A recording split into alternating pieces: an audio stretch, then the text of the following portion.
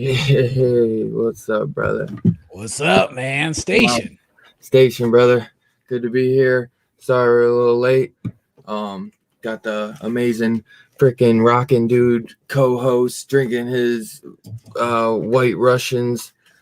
Or I mean, is this Rockin' Robbie or is this the Rockin' Dude? It's the Rockin' Dude, man. I'm at the dude's abode. I might as well be the Rockin' Dude. You might as well, man. You might as well. So those hotels, you picked for it to be the dude, or they have like different themes? Or no, it's an Airbnb, right? Okay. And so Jamie, my girlfriend, found the Airbnb that was Big Lebowski themed that just happened to be like 20 minutes walking distance away from the con. So yeah, live from Lexington, Kentucky, home of good bourbon and the dude's abode, apparently.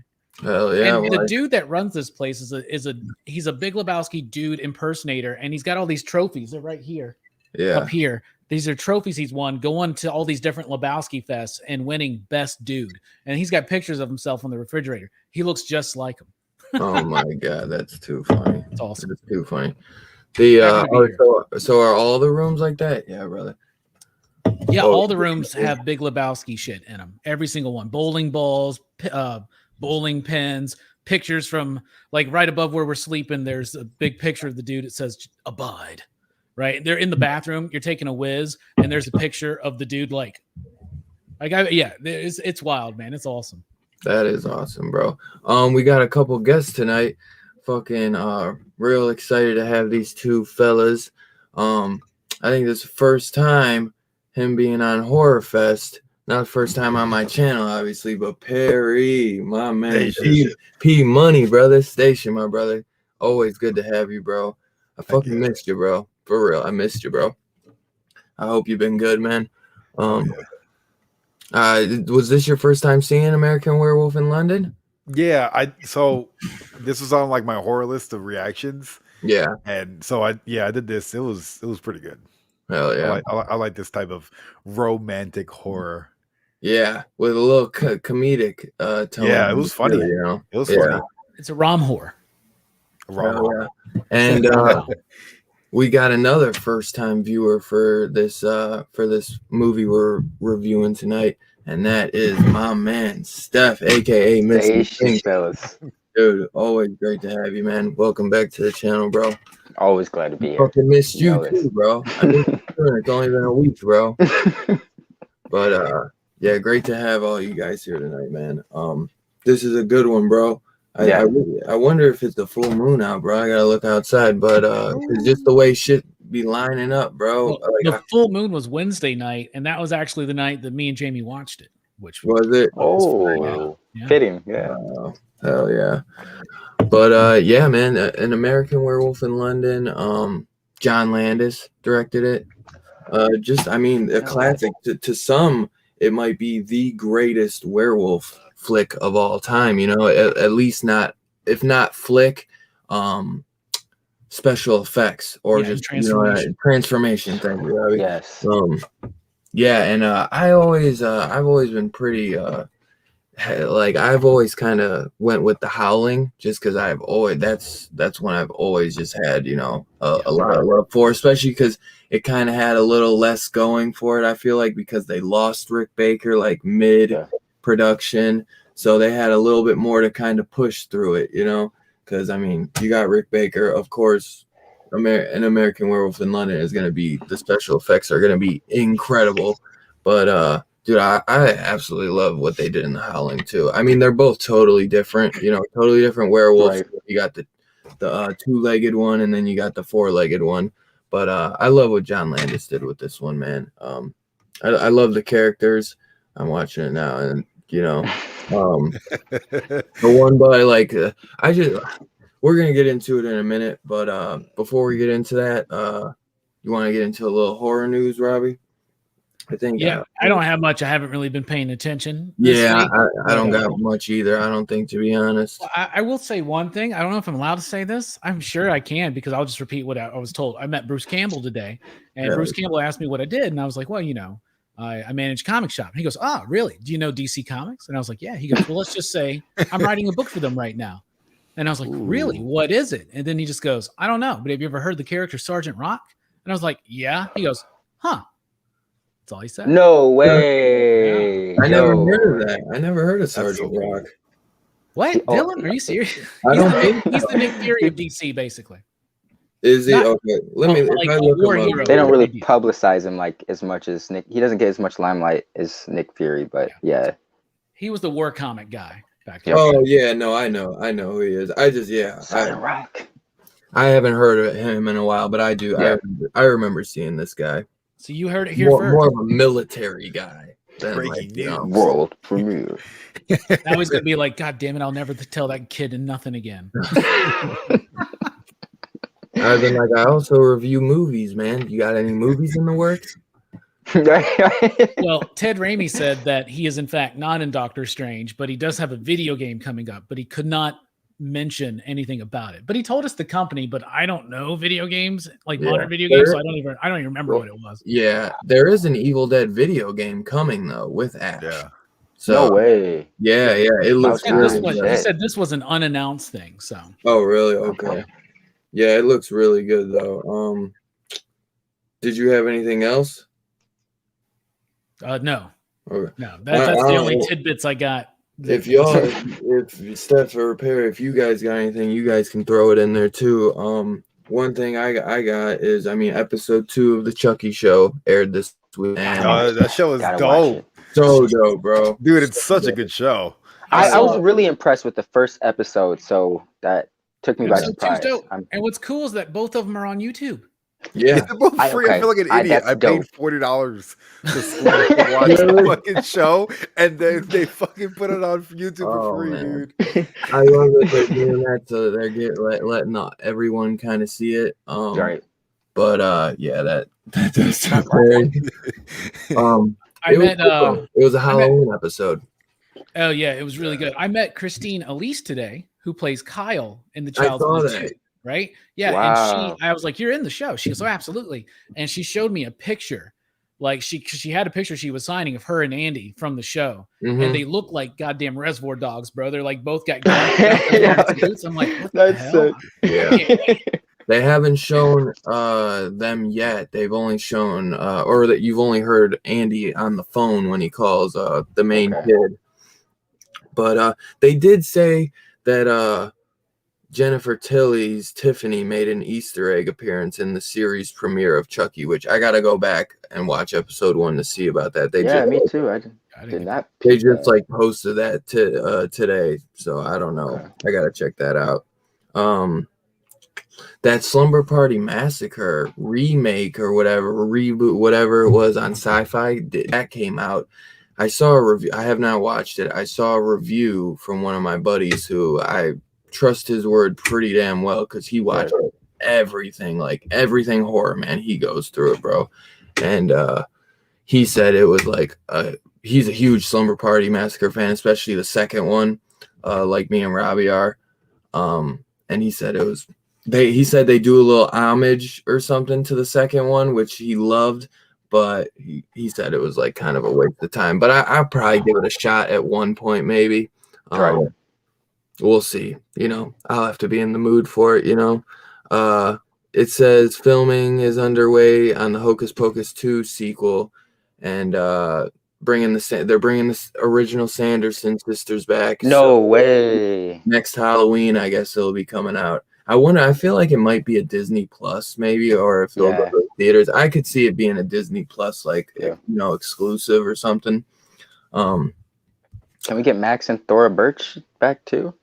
I don't know. That'd be dope. So far, I think they've announced the Sanderson sisters. I'd have to look on IMDb. It's one of those things where they can do 30 years later, they can do a direct sequel. They don't even have to ignore the sequels because none exist. So this is what Halloween wishes it could do, I guess. Yeah, right. But then they wouldn't have anything to pull from. Yeah. Speaking of Halloween, though, David Gordon Green announced, though, that they're on the Blu-ray, there's going to be an alternate ending, or let me see, it's either alternate or an extended ending. The ending is Lori leaving the hospital. She I think she finds out what happens at the end, no spoilers, and then she grabs a knife and walks out, but they cut it because it made it seem like the next movie would be a direct continuation from that moment, but the next movie is actually 4 years away. Or 4 years, not necessarily away, but takes place 4 years after 2018. Time jump. Yeah. Okay. And David Gordon Green just said that they finished the script and they're just waiting on notes back from John Carpenter. And I was thinking, just finish the script. I thought they were supposed to come out back to back. But I don't know. So, but I'm excited. Where did Dylan go? I wonder if so they haven't started filming then. No, apparently not. And I guess it's because of the COVID stuff, right? So, understandable, yeah. That's probably what it is. Let me give that one another rewatch. I feel like maybe I wasn't. I like Halloween on it. I like Halloween Kills better than Halloween 2018. Okay. But it does, just like 2018, have something in it that I'm just like, why is that in there? This the whole hospital scene, Dylan. And Halloween Kills. I'm like, you take that out, and I guess they wouldn't have a full movie if they took it out. But that whole scene is just out of nowhere and dumb. I know. Add 2 more kills to it or something. You know what I mean? Come on. It's weird though. Cause that Karen. Did I mention I felt like that Karen kill though? Totally felt like the Psycho kill. You know what I mean? So all the kills are really brutal, or pretty brutal and visceral. But that one is her hands are up and you just kind of see the slashing. It felt like an homage to the Psycho kill. But I almost thought that maybe she didn't really die. But when she's getting slashed, they cut to Lori kind of looking, just kind of gazing, and I'm like, Halloween Kills, everybody, just so you know. Man, it's on Peacock streaming. Y'all better watch it right now. Damn horror fest, man! Right before Halloween. Sorry if I spoiled it. It's all right. I've only seen up to Halloween 5. See, he didn't even know who we were talking about, so it's fine. I know. But I already pre-ordered that Blu-ray, so I'm. What I love about Kills is there's a big chunk at the beginning of the movie that takes place in 1978. Yeah, and I'm like, oh, dude, you could have just made the whole movie that. That's that looked all. And Michael was more Michael for me in this movie, the walk and everything, man. Yeah. The walk was there. That new guy that's playing him is really freaking good. Nick Castle did another little bit, but I don't know if it made it into the final cut. Yeah, it's a little unclear on what scene it actually was. How dumb is it that they keep bringing Nick Castle in each movie just to do one scene? In the first movie, he's just standing in the window. That's that's all he did. And I'm like, you're like, what if it wasn't Nick Castle? They're just like, we'll pay you if you just let us tell people. How are we supposed to fucking know? Right. You know? The one in the 2018, I can tell just because he looks smaller in the window, but it's just for a split second. There's one scene though, after she takes the mask off him after she stabbed him in the back, and doesn't have his mask, but he's walking through the houses, and they they like pan to the bottom of his feet and you just see him like walking, you know, from the back. I'm like, oh my God, he has it down to a T. Like, it's just, he is Michael Myers to me. Like, to me, he's the best one. I think, because Nick Castle is great. I think Dick Warlock really kind of cemented what Michael Myers ended up being, like, for future, you know, for 4, 5, and 6, you know. But I feel like James Jude Courtney is just like taking all the good stuff that they've done over the years, because there's a new Michael for every movie besides, you know, Tyler Mane did both Rob Zombie ones, and now we got James Jude. But always it's like Jason, until Kane Hodder comes along. You know, you get a new Michael or a new actor playing Michael each movie, you know. Most people don't even think that, though. They would just think, oh, it's the same guy, you know, but always a different guy. So I think James Jude Courtney just like literally embodies the guy, man. And I fucking love what he's doing, man. He is like Michael Myers to me. Like, that's what, to me, like, some people have been hating on the movie, and I'm like, dude, at this point, I don't even give a fuck about the story, man. I'm there for Michael Myers, bro. Like, Michael Myers is just so awesome in it. Yeah.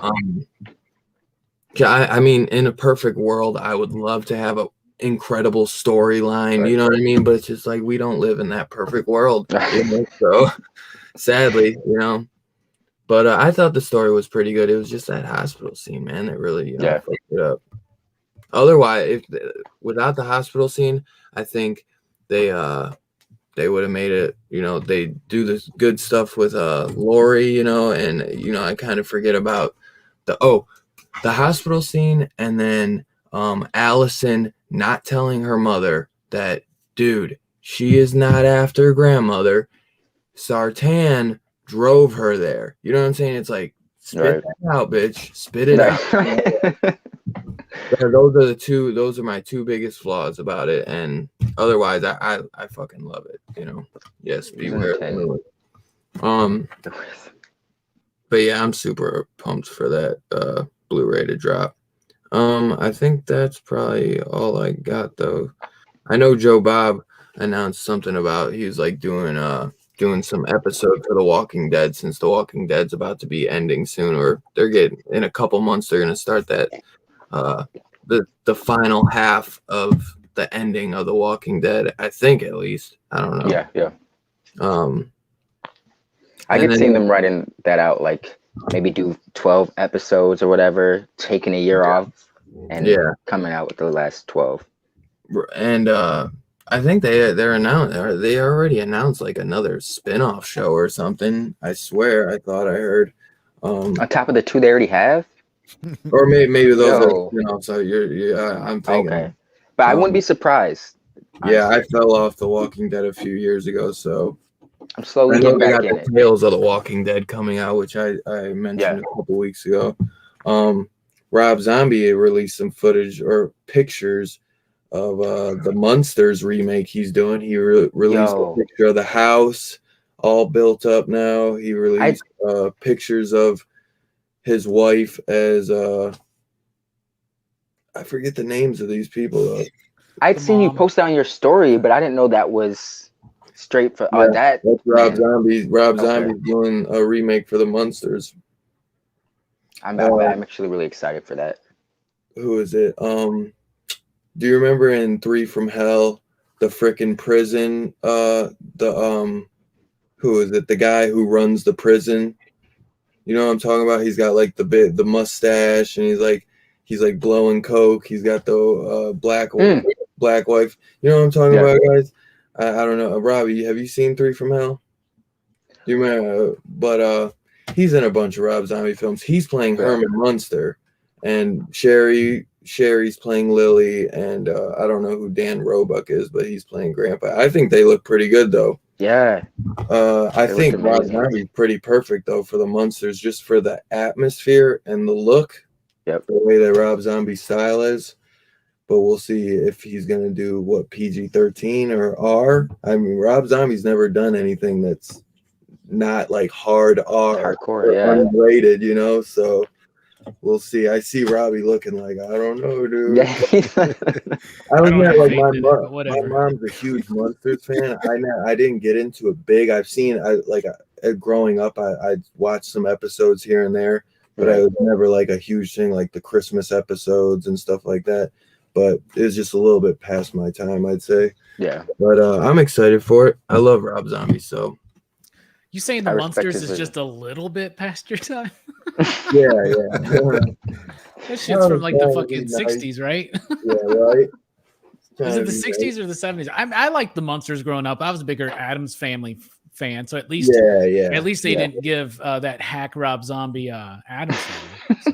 Oh well, they're doing animated Addams Family at the moment, so that's probably that's Oscar Isaac. Plus, I know, and he would be the perfect live action Gomez. Right? Yeah, he would. Yeah. Plus, I think Rob Zombie's, he's a huge Munsters fan, so I think that's what he would want, anyways. Yeah, that's cool. It could be interesting. I mean, I'll watch it, I guess. Yeah, I mean, we'll watch it. Yeah, definitely. I don't have faith in it, man. But I'm just wondering if it's gonna be R-rated or what. I hope it's black and white. That's all I want. Just make it black and white. Cool. But all Rob Zombie keeps doing is remaking Texas Chainsaw Massacre. So like, how's he going to make that work with the Munsters, right? I don't know. I'm not sure, to be honest. What was that prison movie Rob Zombie did? Not a prison movie, but they're like in a something 47 or some shit like that.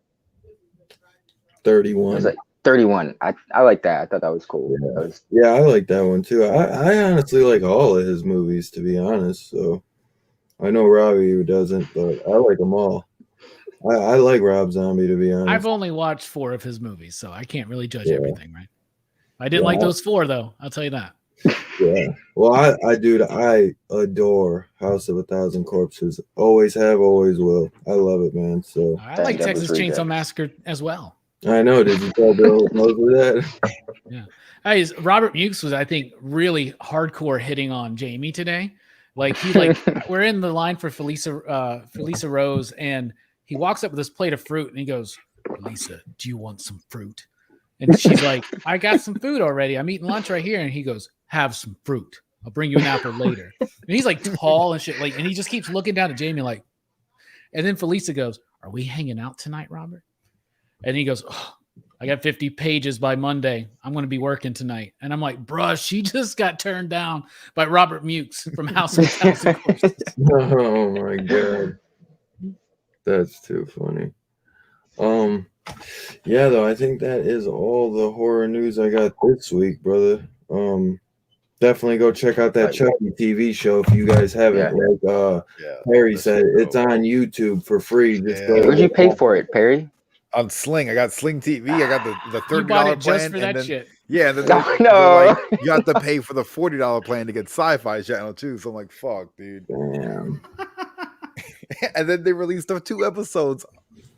Yeah. Maybe they'll stop though. To get the palate, wet and shit, get people interested. Then I hope they don't, man. I hope. Yes. and they release them on the USA YouTube channel, and then they release an extended cut on the Sci-Fi channel on YouTube. And so, wow. But I watched the extended cut, and all it is at the end it has like interviews with the cast and crew and Don Mancini. So that's really, really cool. Yeah, get some insight.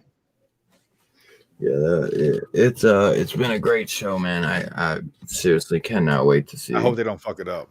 No, yeah, it's been a pleasant surprise, bro. And they made a little nod at his or what was it? Glinda. Gender fluid son/daughter. So yeah, I'm excited to see what goes on. We're supposed to see Glinda. Yeah, we're supposed to see Glinda, and then we got Andy and Kyle coming in as like Reservoir Dogs. Like it's gonna be dope. That's gonna be dope.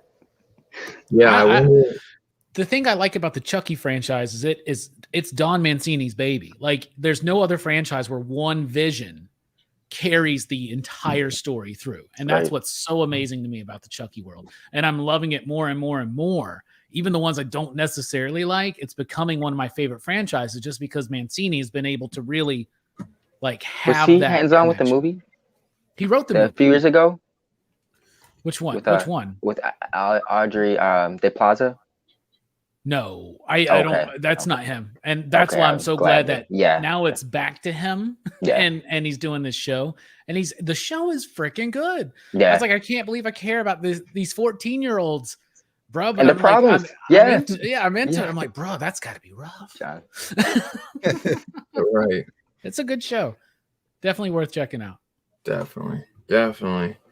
Yeah, Don Mancini did some work on that Hannibal TV show a few years back, so I think that really kind of gave him a little edge on how the TV world works.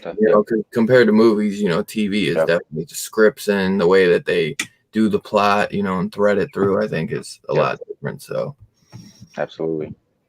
Yeah, I mean, I just wish that all 8 episodes would have freaking dropped, man. Like I want to binge it so bad. Yeah, but I love the idea of like a show every week, and so it's something to look forward to, and we can talk about it. Like I love that. Yeah, we made that something that came out sooner, man. I can make a video every week.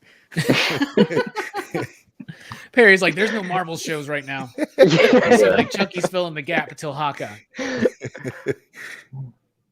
Hell yeah, definitely. Pickle guy. So, an American Werewolf in London, y'all. Let me think. What year did this movie come out, Robbie? 1981. Yes, 81. Same year as The Howling. Same year as The Evil Dead. Yeah. In fact, we're celebrating 40th anniversary this year. Yes. The movie's as old as me. 1981. Damn. John Landis, written and directed. The guy who did The Blues Brothers. The guy that did National Lampoon's Vacation. He's known as a master of horror, specifically, mostly because of this movie. This one movie cemented him in the legacy of horror directors. And it's one of the best werewolf films ever. Arguably, a lot of people say the best. I would say it's in the top 3, which is Wolfman, Howling, and American Werewolf in London. So. Yeah, it's tricky for me. I did enjoy what was it, Joe? He directed the Captain America, but the one with Benicio del Toro, Anthony Hopkins, right? Joe Johnston, yes. Yeah. That one's all right. It wasn't really scary. Rick Baker did the special effects in that one too. The makeup effects. Same guy that did American Werewolf in London did that one. The only thing I don't like about that Wolfman remake is that they have to do that twist with the dad. Yeah. And I think it rips the heart of the original Wolfman out by doing that. Absolutely. Yeah, it's I don't know if it's one of my favorites or not. I don't know if it's my favorite. It is one of my favorites. I worded that wrong because I've always loved The Howling. Plus the original Wolfman, it's definitely very unique though, because I feel like not many other werewolf movies have the comedic and like the little like romantic story going on. Some of them have like the little romantic story going on. Like there was that Wes Craven's Cursed, which I know is like hated by Wes Craven and with I love I always loved Cursed with Christina Ricci. I always really liked it. I didn't think the werewolf was kind of a little whack, which I want to say, isn't Karen in that? I'm trying to think, man. I swear Karen from Halloween is in that. I'll have to look that up. But I know Wes Craven hated that. Really? I get it, but I saw that when I was like 16, so I thought that was really, really. You make me want to go back and watch that now. That had a nice dude, I always love that. Jesse Eisenberg and shit. There was a lot of studio interference that pissed us off. That's right. And they had Rick Baker on board, and there was so much going on with the studio interference. He pulled out, and they kept him on as a selling point, I believe, and he hates that because he was like, I had nothing to do with it. Yeah, he's like they kept his name in the credits. And he straight up is like, no, man, I did not. He made a point to be like, I did not have shit to do with this movie. Yeah. I mean, it's written by Kevin Williamson, the guy who did Scream and stuff, or both guys, obviously. But I always liked it, man. Yeah. No, that's not. Especially for early 2000s, man. Yeah, Judy Greer's in it. Yeah, she is in it. Nice. Wow. Yeah. She's in that dark comedy Jawbreaker as well. That's the first time I remember seeing her. Rose McGowan. And she's in Arrested Development. Like, this is the last time you'll see these. Yo. Oh yeah. Robbie, though, what are I know this because I'm gonna go down to them because this is the first time they've seen this. But what are some of the things that I'm sure. I don't know when you first watched this, maybe when you were younger or what, but what are some of your first memories with this film? I watched it relatively young. I always kind of liked, in my early years, I liked The Howling better because it was darker, more slasher-like, more visceral, more like dirty feeling. And we talked about The Howling last night in a not so live way. And but American Werewolf in London, I always thought was just a bit too clean looking. But as I got older, especially as a teenager, I really started appreciating it because it is a comedy. And I used to be like, this is weird because it's the comedy guy that's doing this. But like, I really like it because it brings out that horror. Like we've talked about on the Eli Roth night, how much I loved Hostel because it does a very John Landis thing where it's about these friends that are just in Europe searching for tail, chasing the muff around, and horrific things start happening to them. And the comedy is so perfectly balanced with the horror. Like, the horror is very real, and it reaches deep. And some of the most horrifying stuff to me, as far as the makeup goes, isn't even the werewolf stuff. So we got the amazing transformation.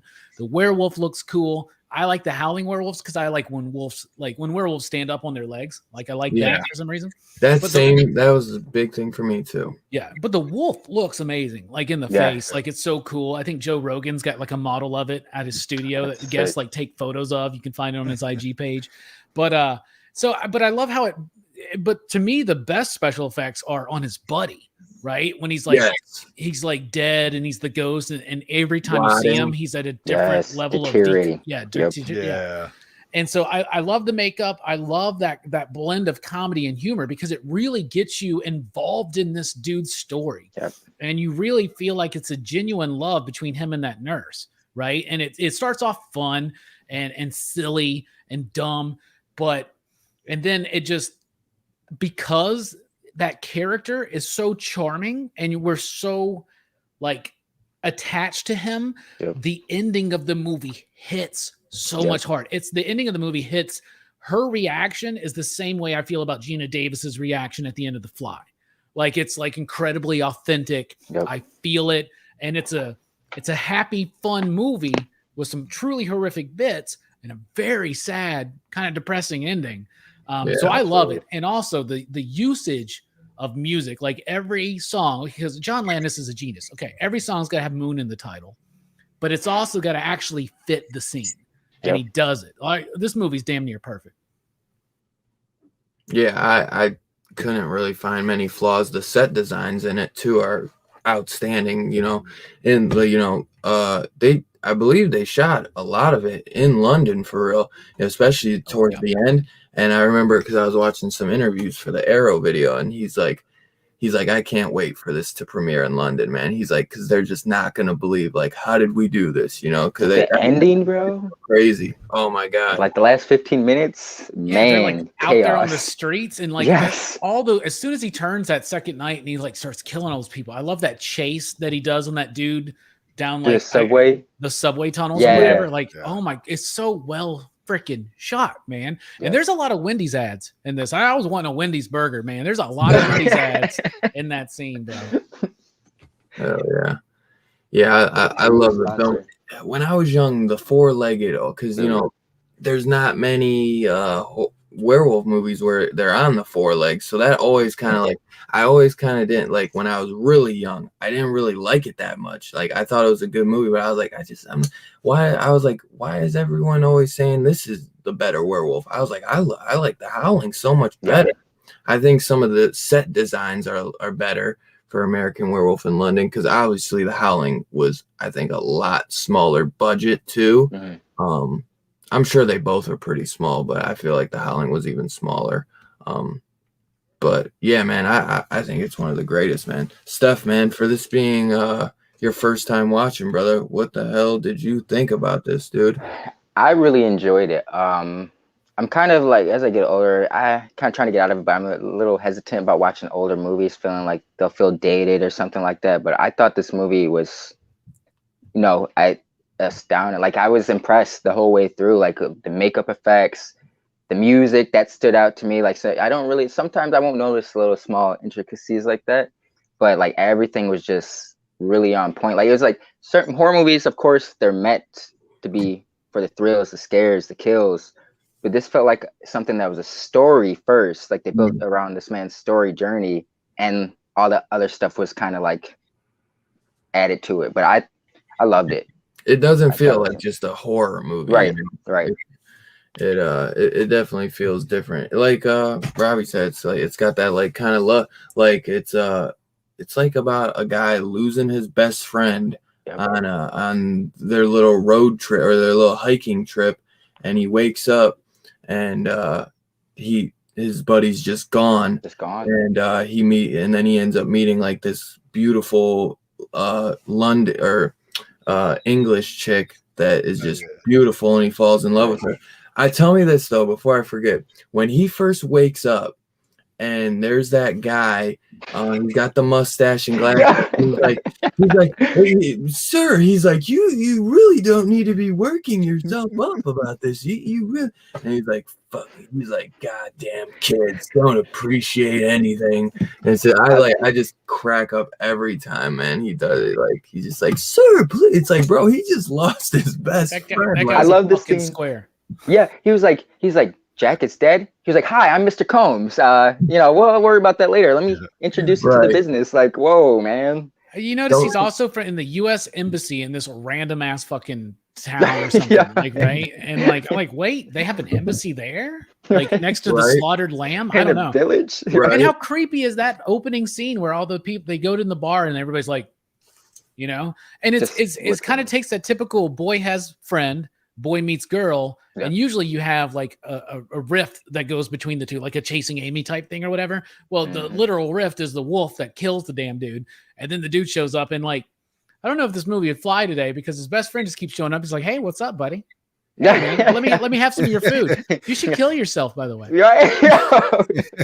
He's like, "So, you're pretty much fucked, and you're gonna fuck everyone else over. So, come join me." Right. Oh man. Good toast, by the way.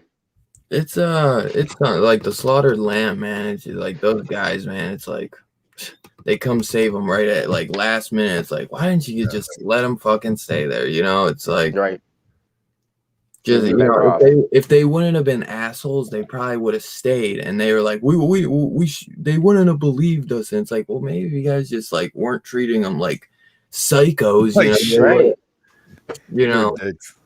And then it was funny because the lady was acting kind of like an asshole at first, and then she was the one to kind of be like, we can't let him leave, Right. So that was kind of surprising. But Perry, my man, this was your first time as well watching, but I remember you were saying you were really excited to check this one out because it was on your list. What did you think about this, brother? This was my first werewolf movie. Really? So I still haven't seen any other werewolf movie. So this was like, besides like Twilight, like that had werewolves in it, but I wouldn't consider that a werewolf movie. This movie was fucking dope, dude. Like the coolest thing about this movie was everything I wanted to happen happened. Like they were running in the train, and then there was a flyer for like an orgy. I was like, oh damn, I wonder if we're gonna see an orgy. And then they go to like a porno theater and they're having an orgy. Yeah. Like, dude, this is crazy. This movie was great. And then the music they use, like Moon Dance, Blue Moon, it was just like, how immersive can they be? Yes. And they killed it. Yeah, that scene in the porn theater where he's like finally doing the final transformation and the guy's like standing over him. I thought that was kind of creepy because he's like, get away, and the guy's just standing over him in the shadows, not saying a damn thing for the longest time. Are you creep? Then you got probably a guy down the hall or down the road just jerking off or something. I forget, there was something where I think he like was trying to make it like an old cartoon cinema or something. But I forget. Robbie, do you remember there being something with the like? Remember, there's like the cinema, and they're playing like porn. But was there something where John Landis was trying to make it like an animated cinema? Like, fuck, I can't remember. But he couldn't get the rights or something to like hentai. Yeah, something like I don't See a know. little hot dog hopping in the bun, doing a dance and shit like that. Are you saying that maybe they wanted to like have him like they're in there watching Snow White or something like in Gremlins? Is that what you're saying? Maybe. I didn't know anything about that. I just thought they did the porn thing because like, what? First of all, weird place to be. Weird place to be talking to your dead best friend, you know, and then meeting the other people that you killed. Right? Yeah. Like, hey, They're all watching with you. Yeah, like kill yourself, bro. Like, whoa. Right. What's the best way to kill yourself? Heavy Pills?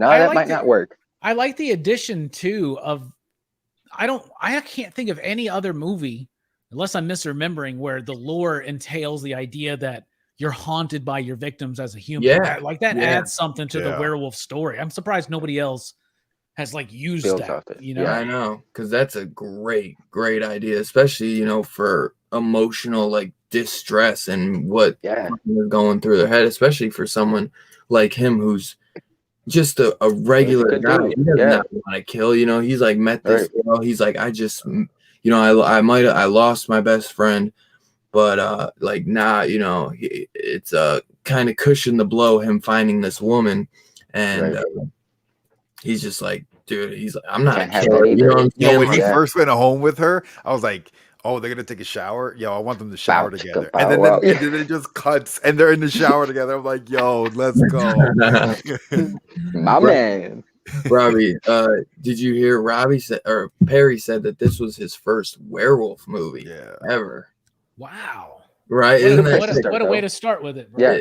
It definitely is. This was definitely the one to start with. I feel like this one is like perfect for you too, because I know you love your comedy and you don't mind a rom-com. It was great. The whole movie, I was like, I wasn't that scared, but there was like so much like horror elements to all these funny and lovey-dovey scenes. It was awesome. When they're on the subway station, he's like making weird faces while it's wedged in between the punks and the girl. They kind of all just look at him. And he's like. And she looks down immediately, and he's just like, "Oh no, sorry guys." That was a good. They had nice, good bits in this movie. I appreciate it. Yeah, it's just a good movie. Like, period. You know, dude, the best scene in this movie is when he's sleeping.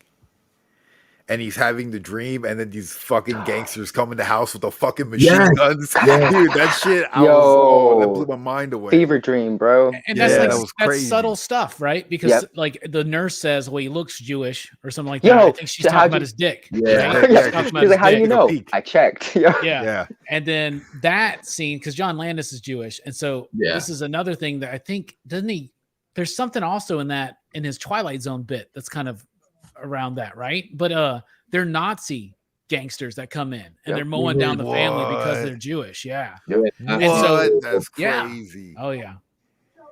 Holy shit. So funny. Literally just talking about the shower scene, and I look over in the shower scene. I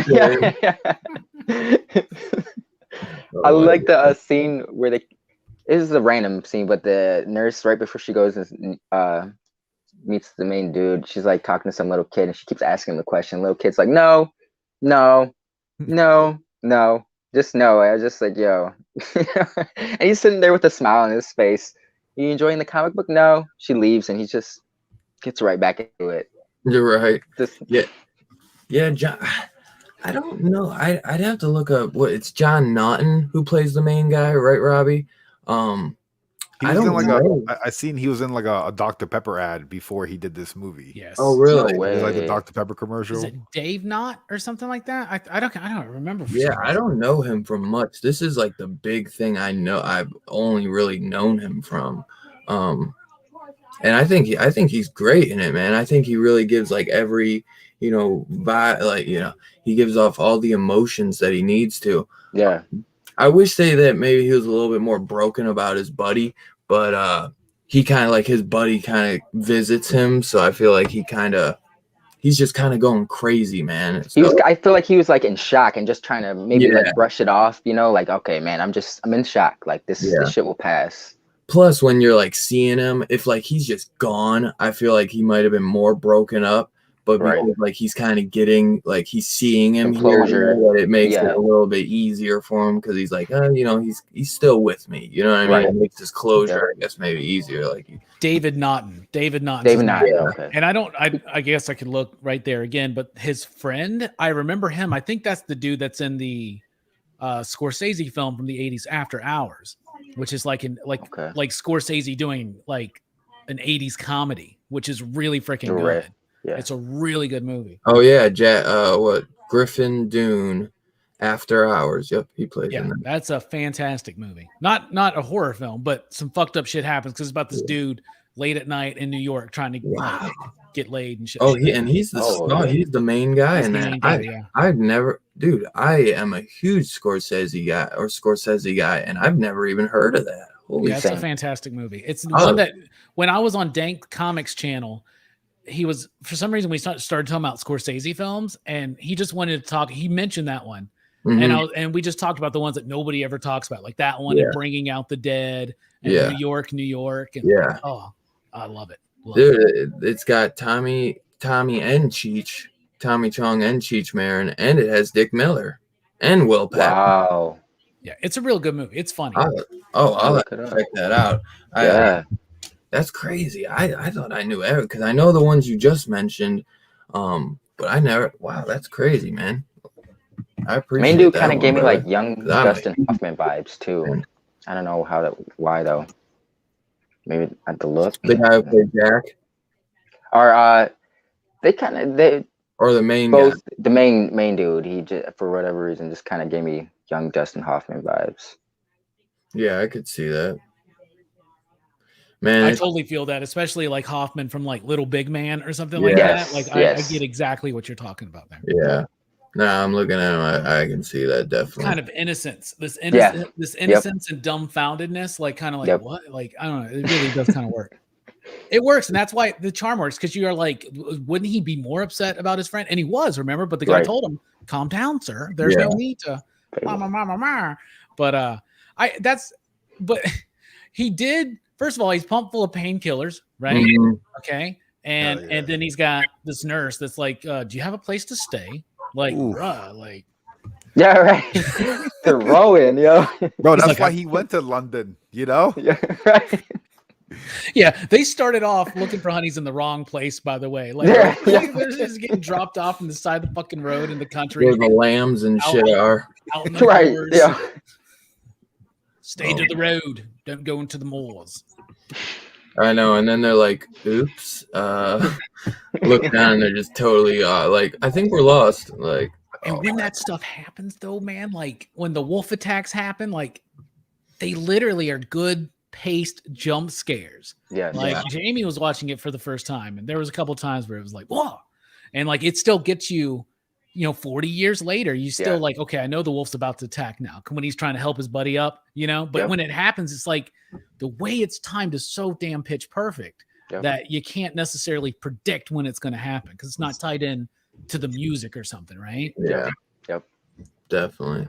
The I one scene I do love in the beginning, once Jack is attacked by the werewolf, and Dave. His name's David in the movie, right? The main guy, Jack and David, I think. Yep. David just jumps up and starts booking checks, bro. Yeah, that's instinct, yo. It's like, what the fuck just happened? Yeah, I remember I always thought, I was like, man, what an asshole, but that is just straight instinct, natural, And and then as soon as like he hears, he's killing me. He's like Jack, wait a minute, and he turns right back around, Which at least he turned around, but I was like, wow. Like, I'm sorry, y'all, but if the four of us are together and a werewolf attacks one of y'all, I'm running because I can't help you. You know what I'm saying? Right. There's nothing I can do, man. You're gone at that point.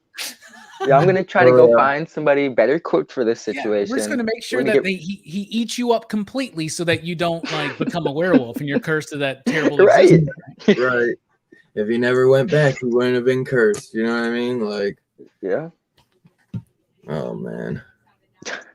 that this is random, but the porn scene where he's watching the video, and it's the porn itself, and he's like, he busts in the room, he's like, I told you never to do this to me. The guy's like, I never said I would do that. He's like, I'm not talking to you. And she's like, the chick says something, and he's just like, oh, all right. He just turns around and walks out. I'm like, what the fuck just happened? Yo? What was that whole bit? Like, that's so hilarious. Yeah, the movie was. Imagine? Thank God we don't live in the days anymore where you got to go to a seedy ass theater to watch your porn. There's a porn scene in Howling too. They go and they sit in the booth. Yeah, like the beginning of the movie, she's trying to hunt down a serial killer, which in fact turns out to be a werewolf, right? And he's agreed to meet her. She's a television reporter, Dee Wallace is. So he agrees to meet her in this like porn store in one of those booths that you go and like pay for a porn movie with a quarter and shit like that, like the Peep Show or whatever. And they went to a real place, and Dee Wallace was very bothered being there, and it adds to the performance. If you two like this movie, Howling is the next natural step. You got to check it out. I'm on it then. Yeah, definitely. And that one's directed by Joe Dante, the guy that did Gremlins. No, okay, yeah, another one right there. Piranha and the Howling's the one that Steven Spielberg saw, and we were like, we got to get this guy on Gremlins. Yeah, he was gonna do Jaws 3 for a while before it was gonna be Jaws 3D. And Dante, I would love to see at least read the pitch, because they never got further than that. Because Joe Dante's Jaws 3 was not Jaws 3D. It was Jaws 3 People Zero. Oh, what was the name of the story? Yo, that's perfect. Another bit I thought was funny was when he's like, I think it was the first transformation, and he wakes up in the zoo with the wolves. He hops out, he's in the bushes. He's like, hey, little kid, come here. And so the little kid, yeah, he just takes it. And he runs away, and the little kid turns around. He just got this smirk on his face, but immediately goes and rats on the dude the very next scene. Yeah. Mommy, a naked American stole my balloon. Like, I want a t-shirt that says that. Yo, with the like a silhouette of a kid in a hat, the little spinner hat. Yeah, holding some balloons would be perfect. There were a couple booths today too. You always go to these cons and you see people that are doing crafty type stuff, and there are a bunch of people that had made slaughtered lamb signs. I was like, I gotta get one of these and hang it up in the house, man. That'd be perfect. Yeah, that'd be cool. And it's such a gnarly sign. They're just like, first of all, like, where's the fucking lamb? And I love it. It's like, so what's the star on the wall about?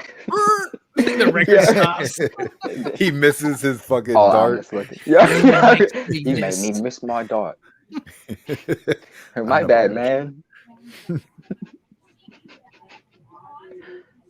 Guys. Perry, what'd you think about the transformation sequence, man? Especially watching it for the first time. It was really cool. Yeah. I had heard someone say that they took that all in one shot. Like that entire transformation. Like, it wasn't multiple edits. It was just one long take. No, I thought that was really cool. It's multiple shots, right? But what they wanted to do was, for the first time, and this is what Rick Baker said he wanted to do. And I think John Landis was the one that tasked him. I don't know whose idea it was, but they're like, I want to be able to see him go like right there, as like full on. Like, it was like, because usually they do this dissolve shit, you know, like in the old movies, you'll take a photo of their hands, and then you cut, and then you put some makeup on their hands and add some hair, and then you film that, and you just dissolve them over each other. But this was the first time where they wanted you to see it happen. The entire process. Yeah. And dude, how painful it was. Yes. Like, he's just sitting there chilling, and then all of a sudden he's like, oh my God. It burns. Yeah, bro. Just starts ripping his clothes off and shit. Like, yeah. You felt it. The like extension of the jaw. Yeah. It was like very subtle with the transformation too, and it works. Like, you saw like it's like, it's almost when he's holding his hand up, I was like, is his hand getting bigger? And it just slowly starts to elongate. Yeah. When his body is being elongated, and it just seems, and all the, like, they use a lot of the bladder effects, of course, in the Howling, right? And the thing I like about this one is that it uses them a bit more subtly. Yeah. And like when he like bends over and you just see his back, like, it's, bro, and you're hearing like bones popping and shit. Yeah. Turn into a werewolf does not seem to be a pleasurable experience. No, it shouldn't be. And that's what I love about this one, is that where it really just feels like he is in it's a bitch. excruciating pain, and yep, against his will, bro. There's nothing you can do. You just gotta write the shit out. yeah, Oh shoot! like It's like when you wake up with a leg cramp, you know, and you're just like nothing you can do, bro. Yeah, It burns. You take you off your shirt. Man. But that's the other thing, though. Like he takes off his clothes, right? So like you're not using the trick where you're hiding all the stuff behind clothes and you see it rip from the fabric. Like you got to make it look as good as possible. And there are some moments where you're like, well, obviously we know what it is today. But back then, could you imagine like what it was like watching it in 1981 being like, what the fuck? Yo, I was gonna say I was impressed, and today, you know, my first time seeing, I was impressed, you know, so I could only imagine back then that was next level shit. Like, Rick Baker, this was the year that the Academy Awards had their first award given for special effects, and Rick Baker won. And they like, I almost feel like they did it because they were like, fuck, we gotta acknowledge. Yeah. Yeah, I think after him too, after that is when they started really putting the name of, you know, special effects and like actually giving them credit, like in the I think that they would always show it obviously at the ending credits, but in the beginning credits sequence, you know, they like if you watch a lot, they don't really always show that, you know. I feel like until, you know, well, this was early 81, so a lot of movies just like after will show it, but I don't think they probably didn't show anything in like the 78 Halloween, you know, like there's nothing about effects in there, but it's crazy, man. Rick Baker, man, just I mean, who is it? Jack Pierce was the you know, he was the foundation, and you know what, there would be no Rick Baker without Jack Pierce. So, and if you watch all those Universal monster movies and you watch the special features on the Blu-rays and shit or the DVDs, it's Rick Baker that's there. It's like I started doing this because of Jack Pierce. Like reading the magazines, reading the books. I wanted to learn how to do that, and Jack Pierce was doing it with like toxic ass chemicals and shit, right? And nobody taught him, you know. Like Rick Baker is the Jack Pierce, and that he's like. I feel like sometimes because we got a Rob Bottin who obviously did The Howling, right, and The Thing, and we have K&B and the guy who I can never remember who played Pumpkinhead, Tom Woodruff, is that his name?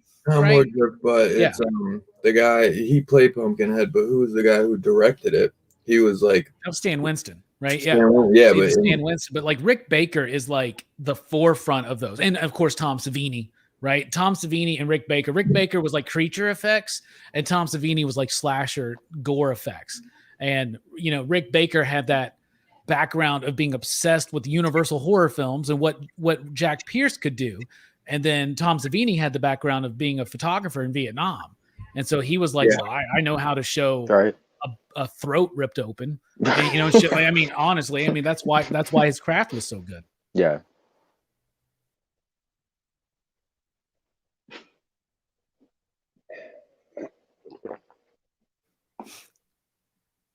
Yeah. Dylan doing a bit? What's going on, man? The one thing that I mean, I want to watch it again. I feel like maybe I was missing something, but I mean, maybe it was a point. But I felt like the ending was kind of abrupt, just a little bit. You know how he's like causing mayhem. He goes into the alley and just like they take the shots. You know, you see him. She show a little tear, and it's cut to the credits. That threw me off just a little bit, but maybe I was missing something. Like maybe that was the point. Like that's how life is, Steph. It just ends abruptly. There we go, Robbie. No, I mean, like the Coen brothers do that in a lot of shit. Like their movies just end. Warren Ellis does that in a lot of his comic books, where it just ends. Speaking of comic books, a comic book that starts structurally just like an American Werewolf in London is Stillwater by Chip Zdarsky. Think about it. It's two friends going on a trip, and then one of them dies, and then this guy's like in this whole new fucking world, and it starts off comedic, just like Hostel, just like Cabin Fever, just like and sometimes it works. Well, I'm going to be doing this a lot lately. I was talking to Michael Berryman yesterday from The Hills Have Eyes, and he was talking about Wes Craven wrote this joke, and he was like, Wes, like this is too funny. People aren't going to laugh. People are going to laugh, but it's supposed to be a scary movie. He goes, yes, but what happens next? And the next scene was a big scare. And he looked around. And he goes, "Why did they do that?" I was like, "Because it's all set up." And Michael Berryman, just to my credit, looks over at Jamie and goes, "He's really smart." Yeah.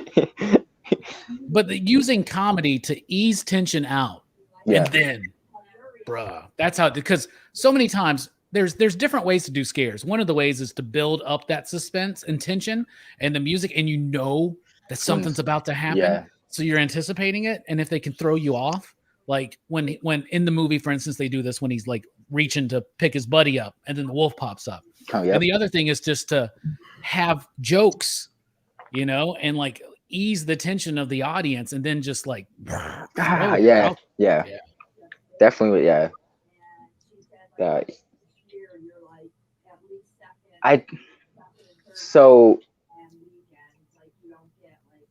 Maybe they didn't answer it. Him seeing the dead or his victims he killed, was that more like in his head, or like is that you think the whole thing could have been in his head? What if he wasn't, you know, like I don't know, like the doctor does the doctor ever really believe that he's a wolf? You know what I'm saying? The doctor that just thinks that, and that's something in the original Wolfman movie, Cloud Rains tells them, he's like, well, I believe a man can believe he's a wolf, you know, but was he actually going to turn into a wolf? Like I think he actually does, but it's the guilt. And I just love it. Are you okay? Yeah, I'm fine. I'm a werewolf. Like the way he deals with it is like, I mean, how else are you supposed to deal with this? You know, like I don't fucking know. You never encountered some shit like that before.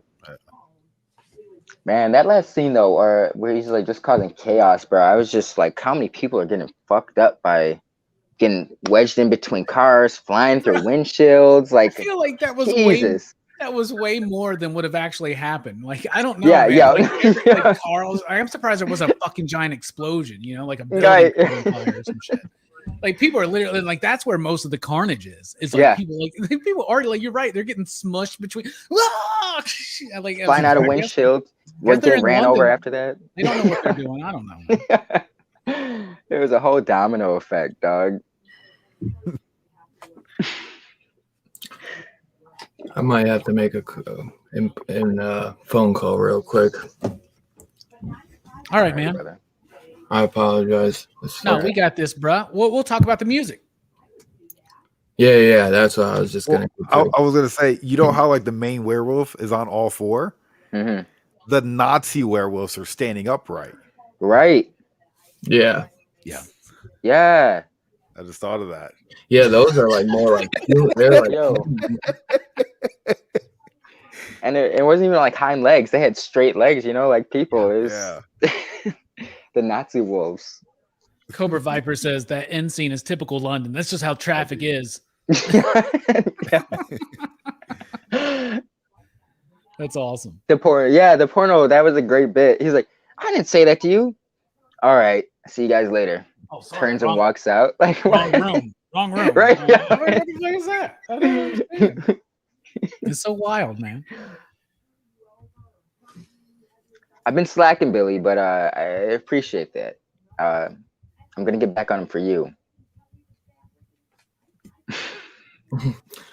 All right, I'm so sorry about this. Give me a second. I don't know. It's like some fucking my job got like some new boss, like since like a market manager, and she like left me a voicemail, and she's like, "I need to speak with you." I have no clue who this bitch is, so I'm like, wondering, what the viewer?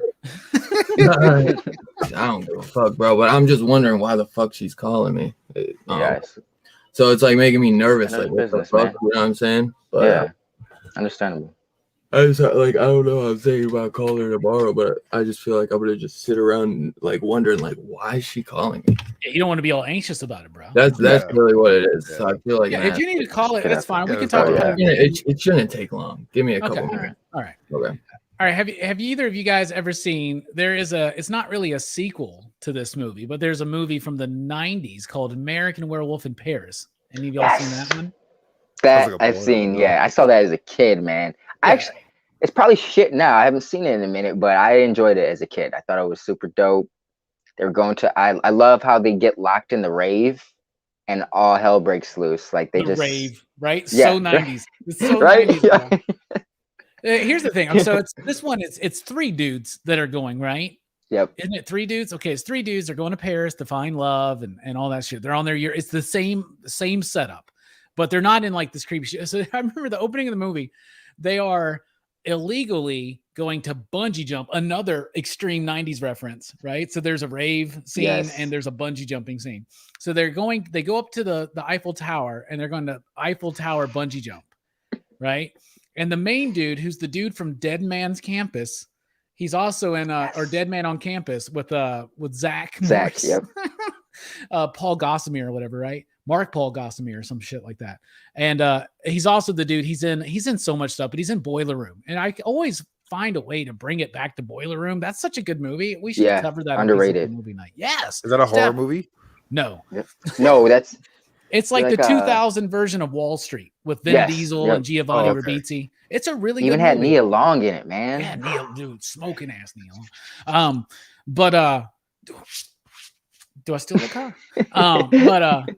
So he's bungee jumping and he goes down and he comes up and he's all like, whoa, and he hits his head on a fucking beam and he knocks out. And that's how he wakes up in the hospital. Yeah. All right. I swear to God, if you're bungee jumping off the Eiffel Tower and you fucking are popping back up and you hit a goddamn beam in your head, I think you're dead, bro. Yeah, bro. Your skull's open, bro. There's the Eiffel Tower ain't made out of paper mache. Like solid steel, you know? Yeah. And he winds up meeting it's the lady, the French lady that's in the Richard Linklater films with Ethan Hawke, the Before Sunrise, Before Sunset. Yes. And she's a werewolf, but they're all CG werewolves. And they look so bad. And like this werewolf, like when she turns into a werewolf, Perry, like she winds up getting like 8 tits because she's a wolf, I guess. Like it's so fucking weird. And the wolves look so stupid, but it gave us that awesome remix of Mouth by Bush. That's from that movie. You gave me this. Yeah. Wow. Nothing hurts like your mouth. And when you're talking about a werewolf, I guess that's true. Yeah. It's almost a movie that I'm gonna go back and watch it, but I almost feel like it's so bad it's good. I'm going to rewatch it soon too because it's so 90s and like we said, like just reminiscing this little bit. We came up with a bungee scene and the fucking rave scene. So like, yeah, it's definitely. And Dead Man on Campus. If y'all have never seen Dead Man on Campus, that's a good one. That one's about. It's like a stoner college movie, and the main guy from American Werewolf in London dies, right? But he comes back to life because of a special type of weed or some shit. I don't even remember if that's. Is that what happens in that one? They were talking like Benjamin Franklin and shit. You smoke someone's ashes and shit. They come back. I need to watch How High again. I haven't seen that since when it first came out at the movie theater, and I guess I was quite high. And how? But the music is something that's cool in American Werewolf in Paris, but it's better in an American Werewolf in London. What do y'all think about the music? Because there is a score and there's all the dance is fantastic. Right? Dude, when I heard that shit, I was like, yo, this is so good. Because I realized that the music that they're playing has to do with like the moon and he's a werewolf. And I'm like, dude, this is so fucking good. Like, it was awesome, dude. Moon Dance, and then the other one was Blue Moon. Oh, fantastic. I liked it because it was like like you said, it had to do with what was going on, but it was subtle with how they would play them. It wasn't like overwhelming, or you just start hearing a score or music coming over. Like it worked its way into the scene very organically. I appreciated that. Yeah, I always because Blue Moon is what they're playing when he's transforming, right? Yeah. And I always misremember it and think that it's Bad Moon Rising, but that's the one that they're playing when he's just kind of bored at the fucking house. He's like, I'm not hungry. And he doesn't know what to do. I mean, we've all had that kind of moment, right? Where you're just like nothing satisfying. But that's probably my favorite usage of music because it's like right before the transformation. If you look at the lyrics, oh my God, it works. And you're right, Perry. Moon Dance and Blue Moon. Like I love all that shit, bro. And the score itself is actually good too. Like the score is good. It feels very classic Victorian Gothic horror, and that works. And I guess these songs were more contemporary at the time, but obviously he didn't keep himself to just music of that time. And so the movie is the music is one of the reasons why I think the movie is very timeless. Is because we still listen to those songs. We still know those songs. Those songs are staples in American culture, right? What was the song? I can't remember it for shit right now, but after the end, it cuts to the credits and it starts playing this song. Like, I was like, oh shit, I've heard that so many times. Like, I can't believe that's at the end. I'm gonna have to go look it up, but you guys. I'm blanking. I don't know. Yeah. Understandable. I'm trying to look up the soundtrack too, because to remember more than just those three.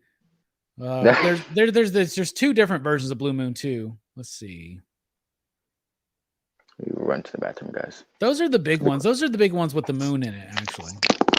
But the music is done really freaking well. Oh yeah. How you doing, Perry? No, I'm chilling. Hell yeah, man. What's some of your favorite moments in the film? Aside from the Nazi werewolves. Yeah, Nazi werewolves. That was just amazing. I like when he was he turned into a werewolf and he killed this guy who came outside to see what was going on, and he was just chilling with his glass of whiskey. He didn't want to go outside. He didn't want to have a party. He didn't want none of this shit. He's like, ugh, what's going on out here? And then he got bodied. So I really like that scene. The whole his romance. Wife's like, will you go check it out? There, right? And he's just like, oh, he doesn't want to go. She sent him to his death. Yes. I like the romance throughout the whole film. It was just every scene with them was like I could do more of this. There was a lot of cool stuff when he slid down the escalator and then you see the werewolf just start to walk from a top down perspective. Fucking, you see how massive he is. It's crazy. You're gonna fucking get tripped up on the escalator and just lay there too. Like, what the fuck, bro? Like, what are you doing, man? Come on. Be a little bit smarter than that, right? Yeah. There's Steph.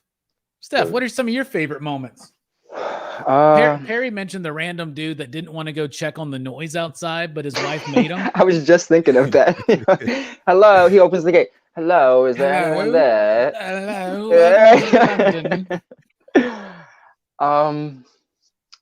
It was a good Yo, me too, Bobby.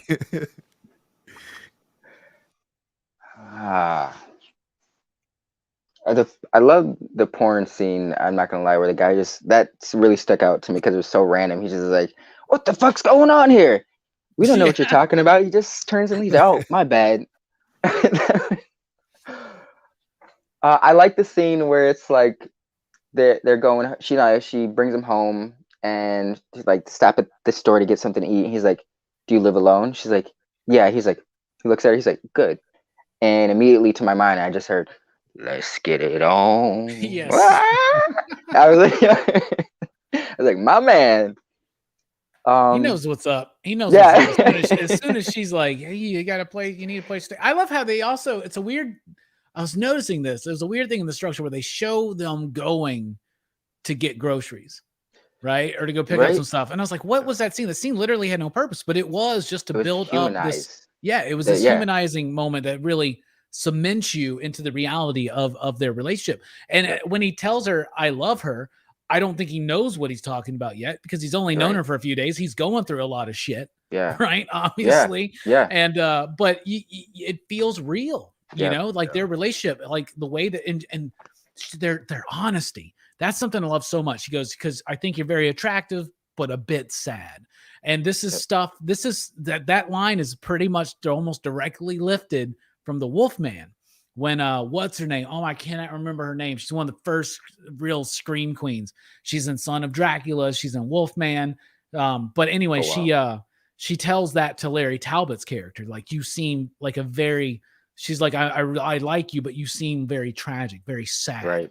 And it's almost like the werewolf represents obviously the beast within all of us, right? The monster within, but that beast could represent your sadness, your trauma, like everything that we're holding on to that's holding us back, the things that we haven't dealt with yet. And that's what happens because when you don't deal with them, it comes out. It manifests in different ways. Yeah. Y'all should elaborate on that. Oh.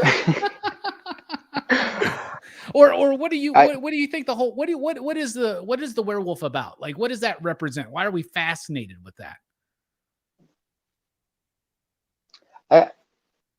Like you say, like the beast within, it has to do with like the subconscious, dealing with things before they mount up and become a beast, before, like, try to nip stuff in the bud, before it builds up and becomes a monster and just comes out in different ways when you can't control it. Because it happens to people in their everyday life, whether they're getting stressed or shit. They might show a side of them that's not necessarily them, but it's just stuff that's been built up and mounted, and like he couldn't control the transformation. It just came out. I think that speaks to people's stresses in life and their own demons and monsters they deal with. Deal with your shit. Stop repressing it. Yeah, right? exactly. Stop repressing it. And what I always like to say, and this is why I love Wes Craven so much, is because his movies are about this to me. And obviously this is not a Wes Craven film, but I think it's the same thing, is the idea of, it's like, this one's not so much like Wes Craven. Okay, so the idea with the Wes Craven is like, we all have this potential inside of us to be evil, to kill, to be a monster. We've all had that come out. And when it comes out, and like, sometimes when you're a douchebag to a friend, or say you're working retail and you're a dickbag to a customer, or you say something to your significant other, or you're in the heat of the moment, you say something you know is just going to be hurtful. And then you're like, oh, fuck, dude, I didn't even know why I did that. Like, that felt like I was being overtaken and I became this other being. And that's what happens when you don't deal with this. Like, some would call it your shadow. Like, if you don't deal with that, and by dealing with it is not repressing and being like, you know what, I am beyond this. I'm beyond this. No, it's understanding. Right. Like, understanding, like, yes, dude, we want to fight, kill, and fuck. That's what we want to do as humans.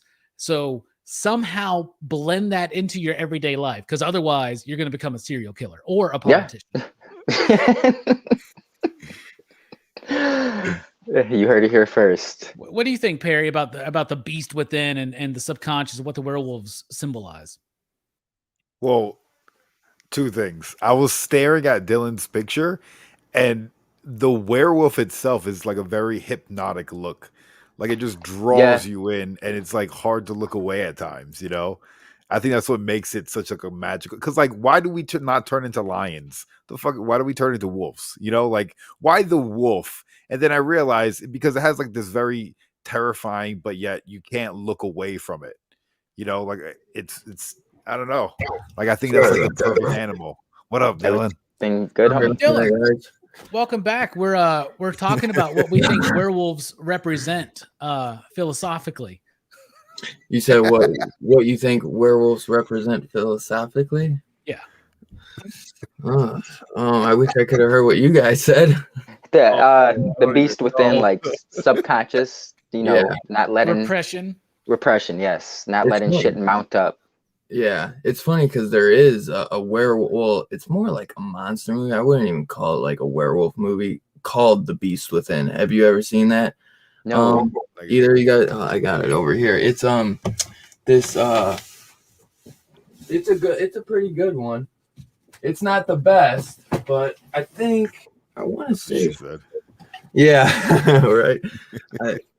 Tom Holland wrote the script. Spider-Man? Direct it. No. Yeah. Speaking of Tom Holland, someone just had released a little edit of the Uncharted movie trailer, and like, we just got a new trailer for Spider-Man No Way Home. We see that where are the beasts? Okay.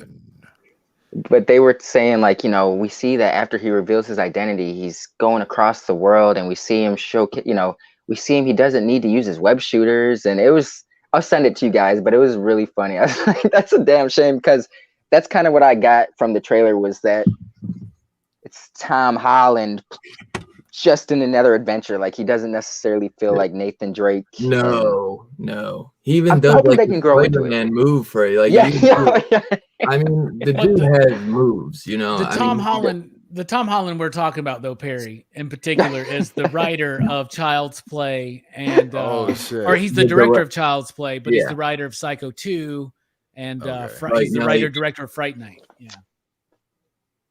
Yeah, great. Tom Holland. I know it's very confusing. I was like, damn, they got the same goddamn name. I almost wondered if that was like his grandpa though, or something. Like I was like, is that his grandpa? No, because no, Spider-Man Tom Holland's like British, right? Yeah. Yes. Yeah, and the other Tom Holland is not.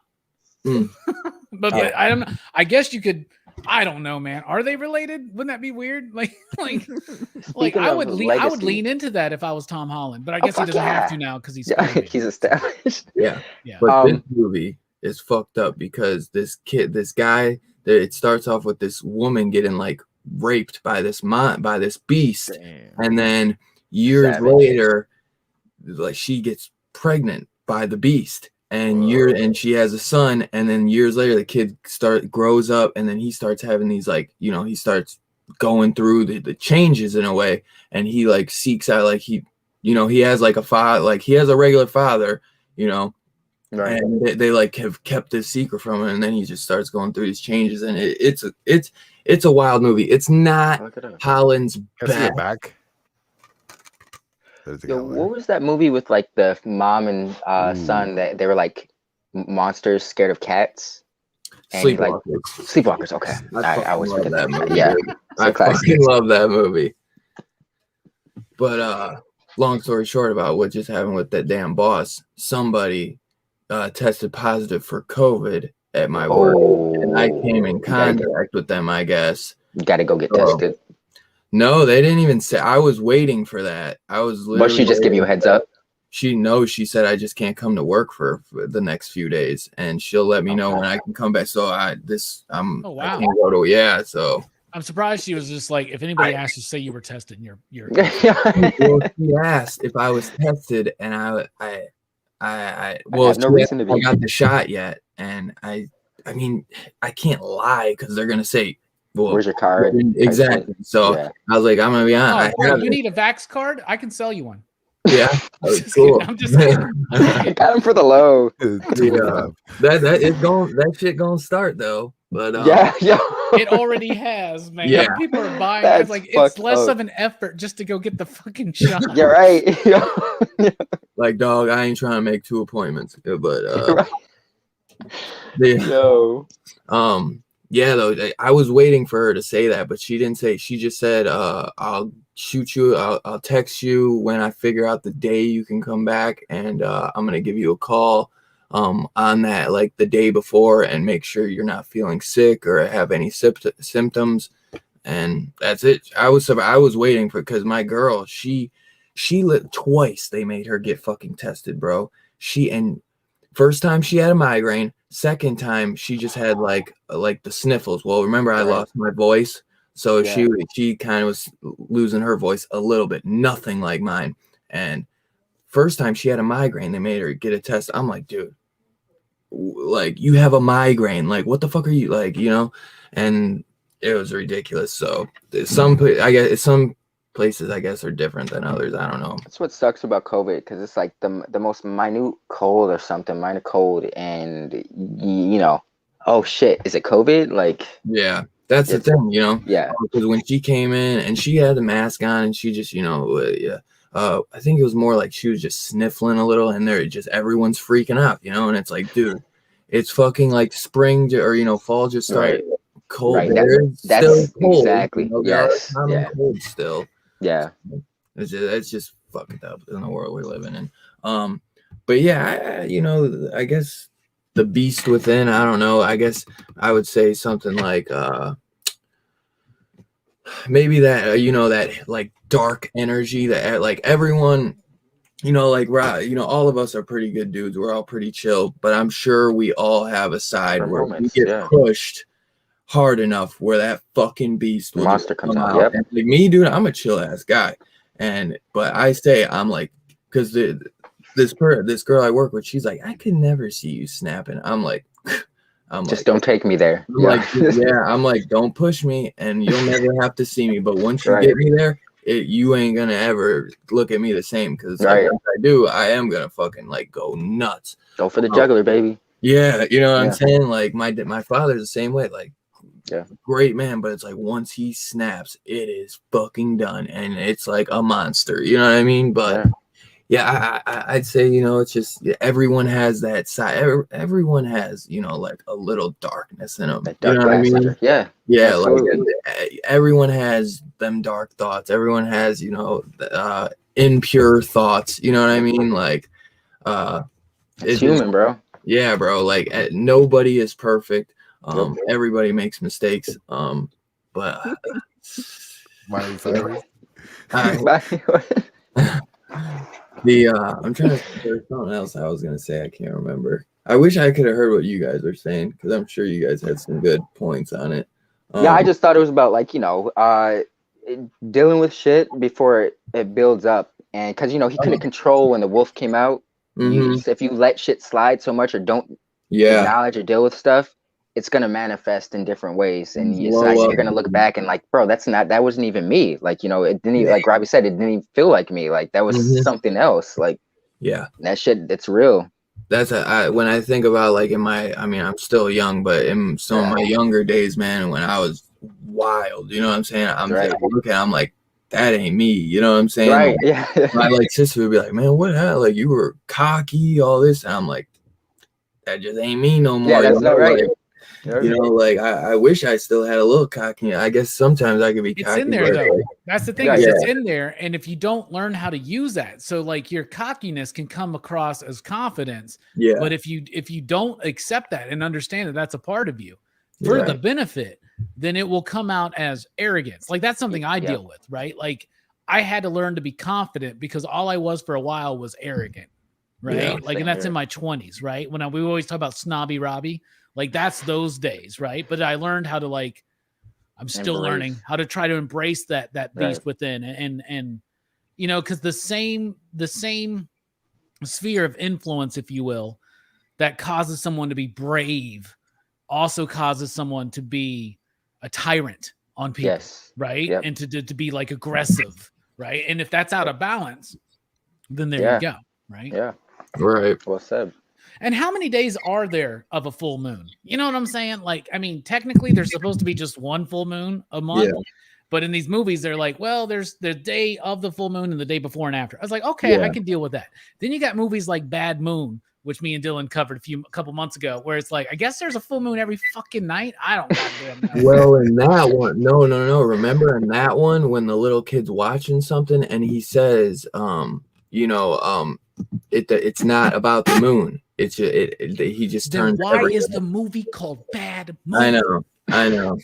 Because they do show the moon a lot of times too. Yes, and it's always full, bro. Like I don't understand. But they make it a point to say that no, it's not. It doesn't have to be full. Bro, it's like in the show Heroes, where everybody gets their fucking powers from the eclipse. That's world fucking wide. Apparently, like that's not how it works. Right. True shit. Everybody's like at a total eclipse. They're in Japan, Argentina, and fucking Indiana, and there's a goddamn full eclipse at the same time. Bro, it's not even light over there, man. What's wrong with you, man?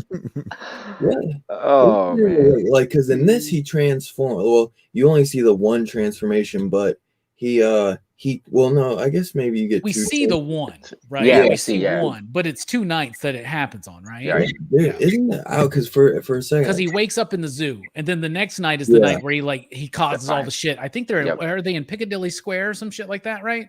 They're basically the Times Square of London, right? This is like the busiest fucking place. Wendy's ads, goddamn everywhere.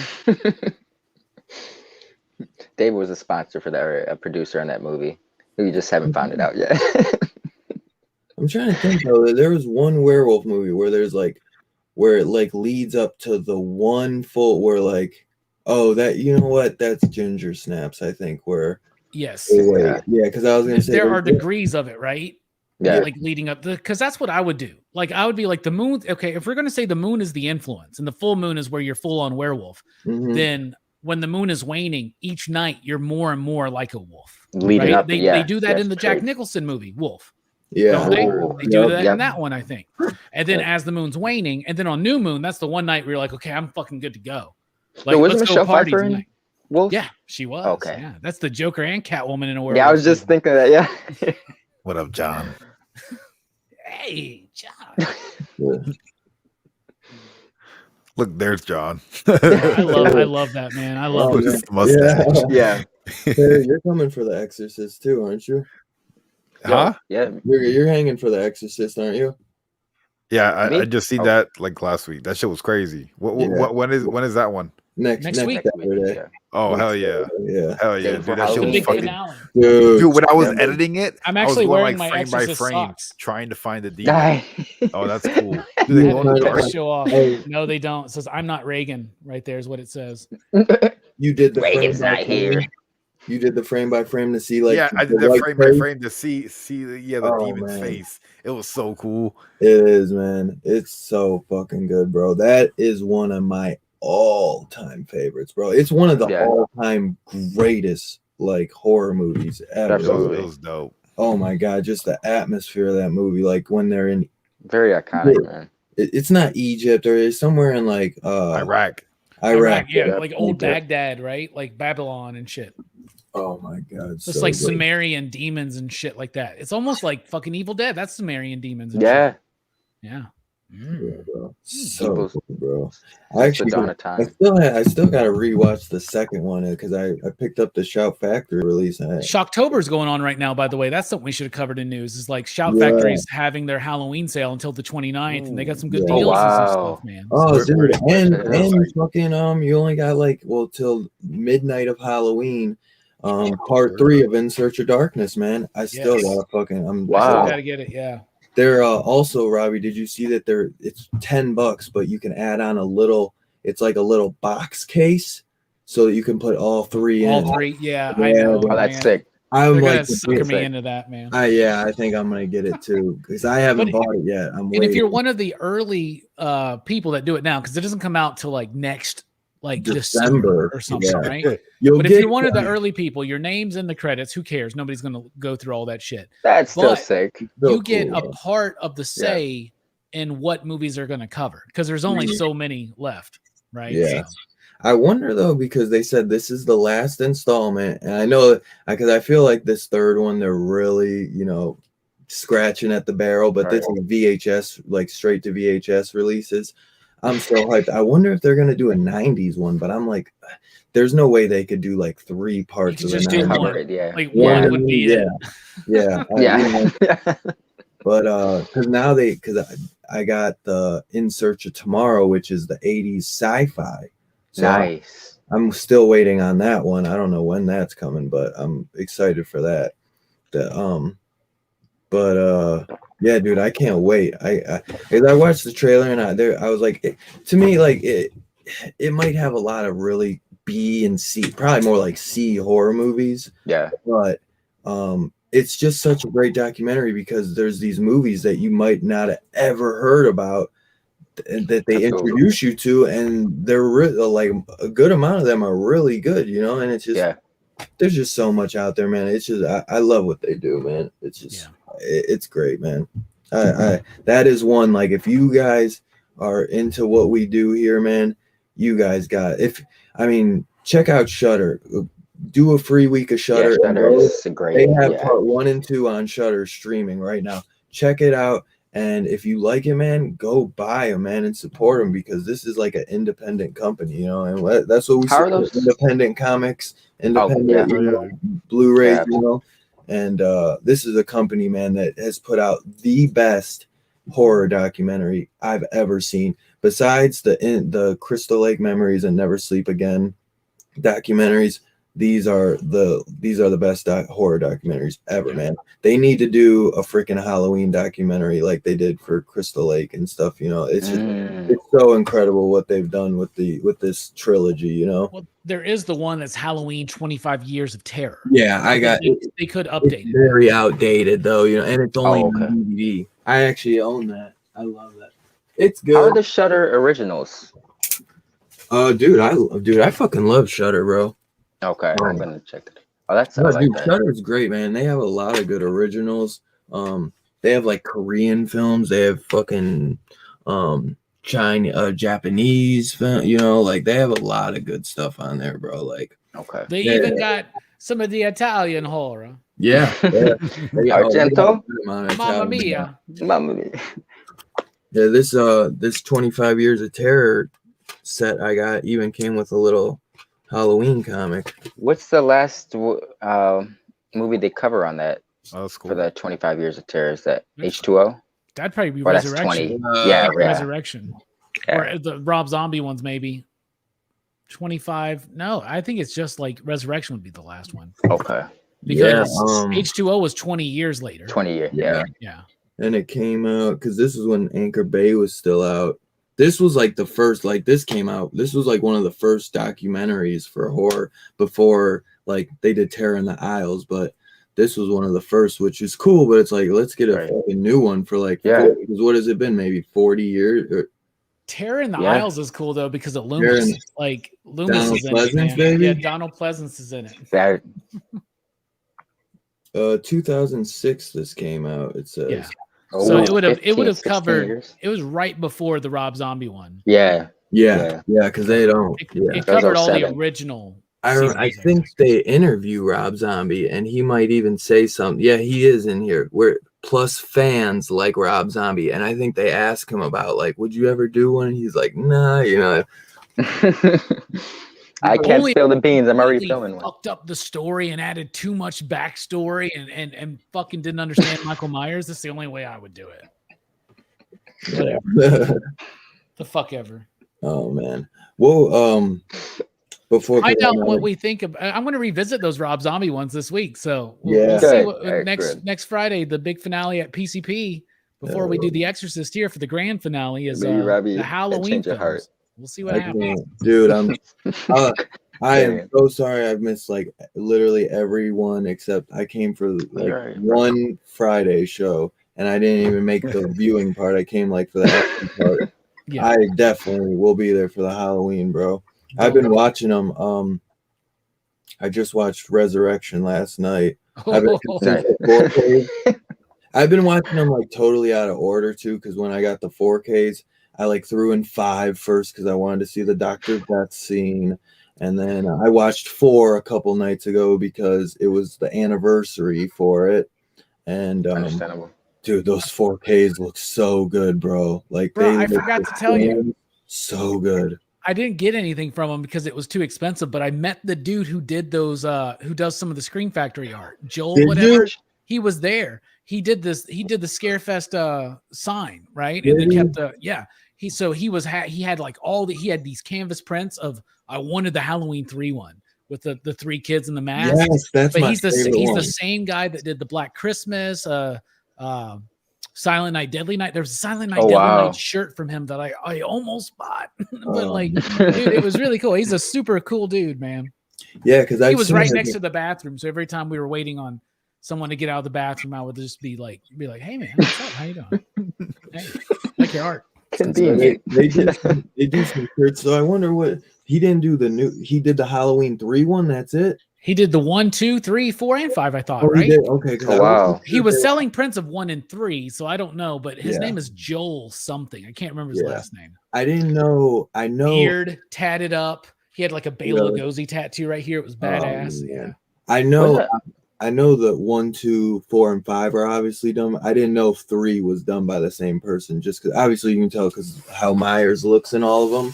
Right. Yeah, there was a canvas print of it that I wanted. I was like, oh, that would be perfect, but it was way too expensive because he's the actual artist and this and that.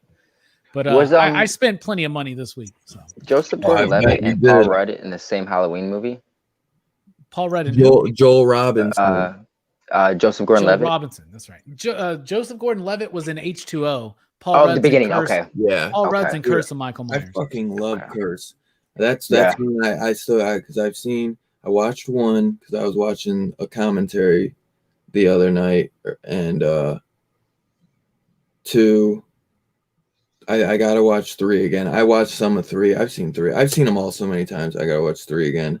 I just watched 3 the other day. I love it. Oh my god, I love it. And H2O, and then the Rob Zombie ones. Which one did you say? 3? I fucking love 3 so much. I love 3, bro. Oh my Josh god, Hartnett. this is my favorite car. Yeah, Josh Hartnett in H2O. dude, I wish I could have got the poster for this. This is the one Yeah. I got the poster for. So I love Halloween Halloween 3, man. Hell yeah, man. Me too. Yeah, I missed it, but my favorite song in this movie would definitely be the like opening song. What's it called? What is it? Where he's like, I see trouble on the way or whatever. I don't know how it goes now. You know what I'm talking about. That's Bad Moon Rising. That's That's right Bad Moon before Rising. that's Bad Moon Rising by Credence. That's right before Okay. the transformation when he's Yeah. like waiting. Oh, it's not. They don't play it in the beginning at all. I don't remember. I thought I thought one of the versions of Blue Moon was the beginning song. I could be tripping. And then they do another version of. There's a different song named Blue Moon. There's Moon Dance, but that's not in the beginning or whatever. Hey, what up, Still Lost cool. Comics? Still cool. Yeah, dude, Halloween 3 is my jam. I love it. Yeah, I gotta go watch that one. I've been waiting. 8 more days till Halloween. You know what's funny? The opening scene in Halloween 3 starts on October 23rd, today. Really? No shit. Because it's like wow. 8 more days till Halloween. That's the first one. Yeah. Man, And it skips a whole week. It skips like a whole week. I wasn't Get sure to the if good you were stuff. gonna do Halloween 3, so because I was if you didn't do Halloween 3 like in your Halloween franchise, because I didn't know if you were gonna count it. That was probably gonna be the one I did for instead of The Exorcist. Bro, we gotta count Halloween 3. It's one of the best ones, man. Right? It's like top 5, man, for sure, if not Dude, top 3. oh my god. Yeah, it's probably like top 3 for Because me. we all know what our favorites is. We all know. Like, nobody's going to be like, oh, I like Curse of Michael Myers better than the original. Nobody's going to be like that. I adore Curse of Michael Myers, but it's definitely not better than the original. Oh shit! Resurrection was with Busta Rhymes, wasn't it? And Yeah. Tyra Banks. Okay. Oh He's my like God. kung fu kicking fucking Mike He Myers. dropped him talking to shit the. to him Yeah, and shit. bro. What? Dude, how about And he didn't die. How about though when like when Busta is walking around in the mask and Michael's creeping behind him, he's turning around, he's like, and he thinks it's the camera guy that Michael killed earlier, and he's like, man, I've been fucking looking everywhere for you, man. He's like, he's like, I left the fucking back door open. Go back there with Tyler Banks or whatever. He's like, and he's just standing there breathing. He's like, and he starts like tapping his head. He does like the reply to him. He's like, man, he's like, I'm fucking talking to you. I'm like, dude, this is not Myers. Like Michael would have gutted him. Like, oh man, that would have just made it so good if you just cut, you know. But that's why my favorite moment of Halloween Kills is when he puts the mask back on at the end, and then I started getting chills. I was like, Michael's about to fuck y'all up, dude.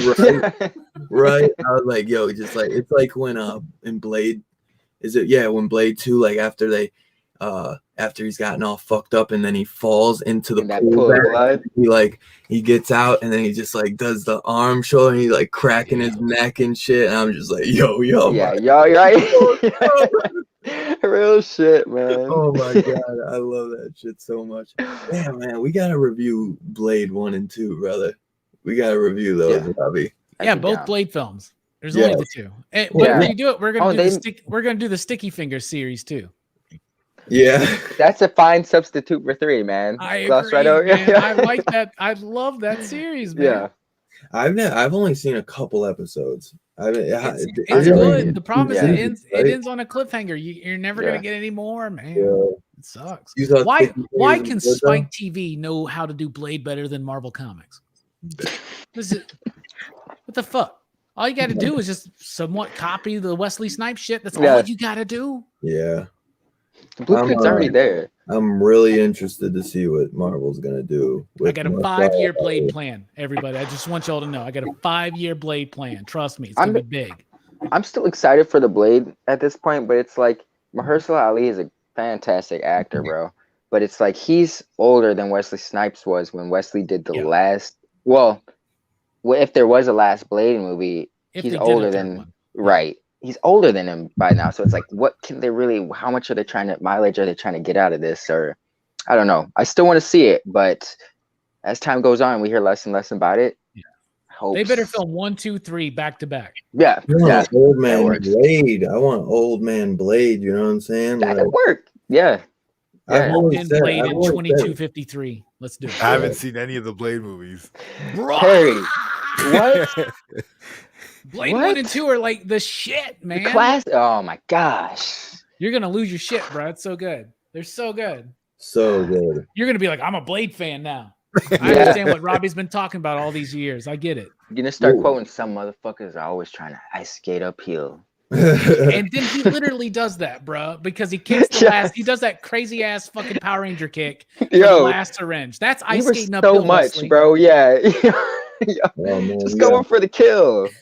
I really want to watch Blade now. Steven Dorff was amazing in that, bro. He was like a perfect bad guy. Oh my god, I love him so much. I went to see both of them in theaters, dude. Like with my dad, bro.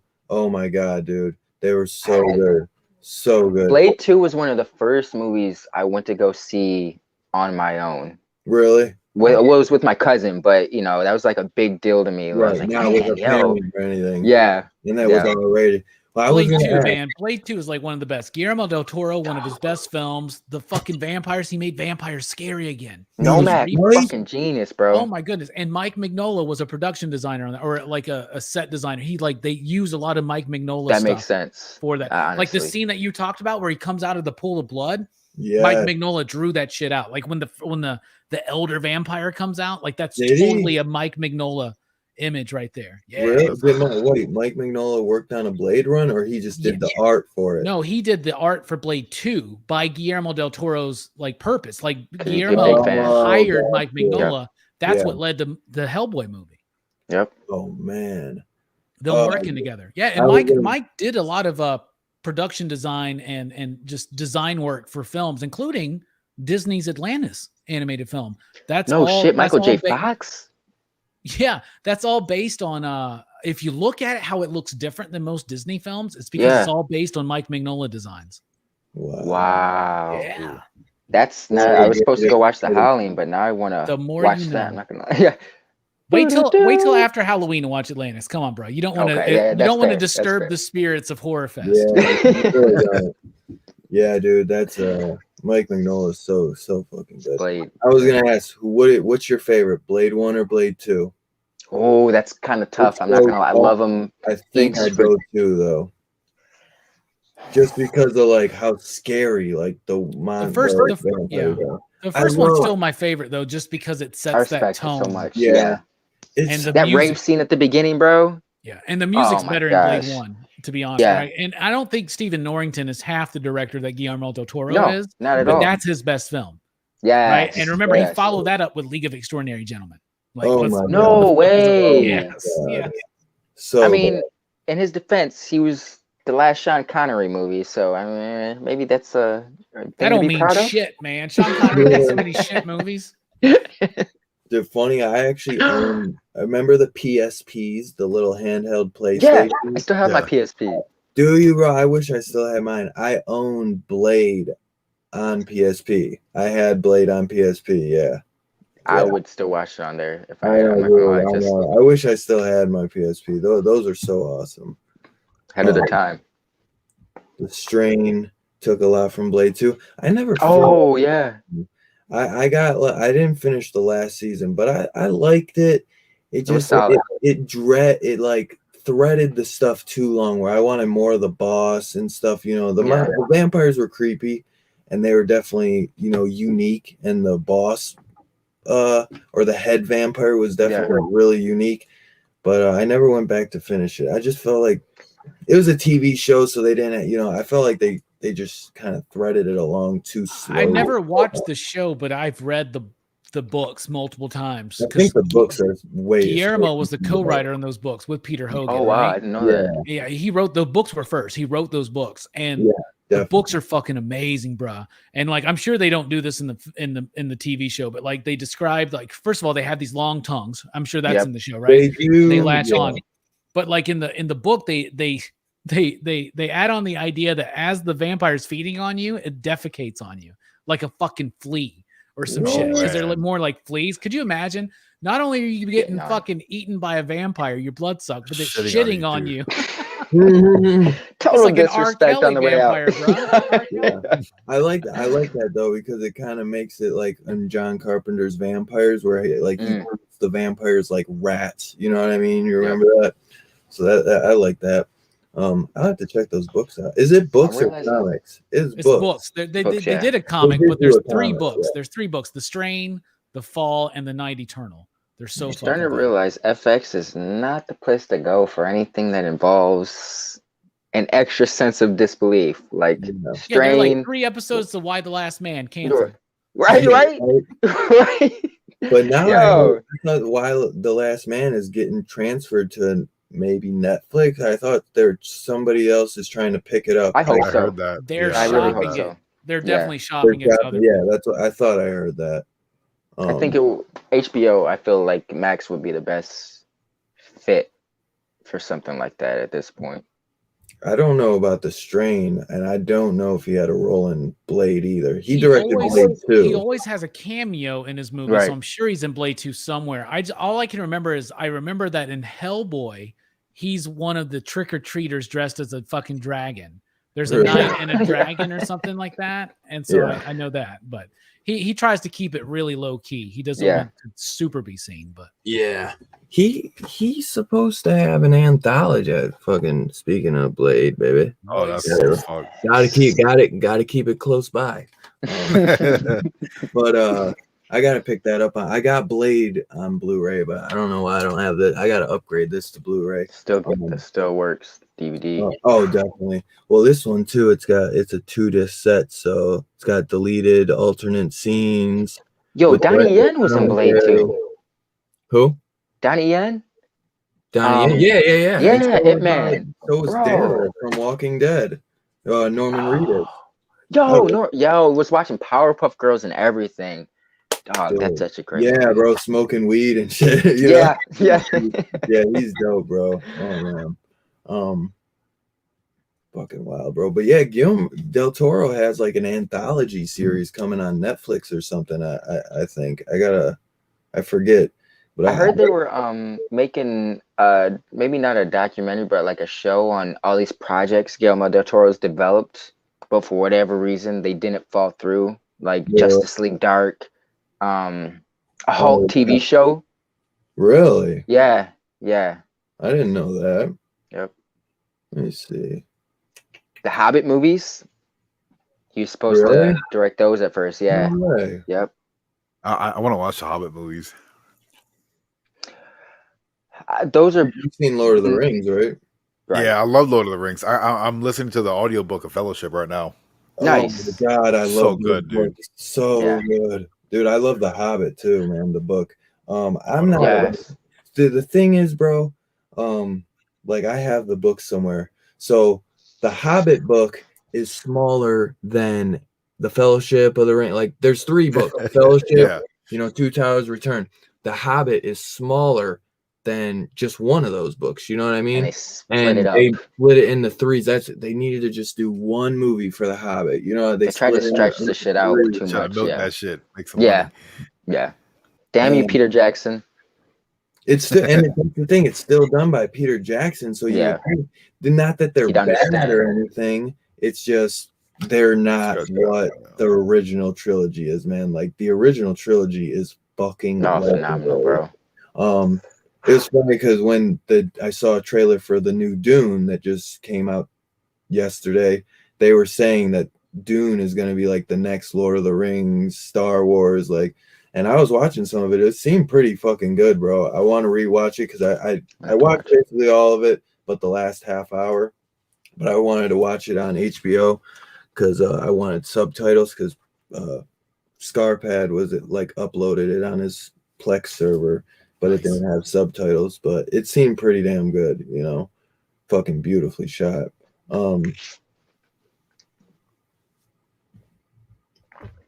Yeah, dude, man, Robbie would be a good one to break down Dune. Maybe we'll talk gotta watch it. Breaking down Dune. I gotta watch it. It just came out, right?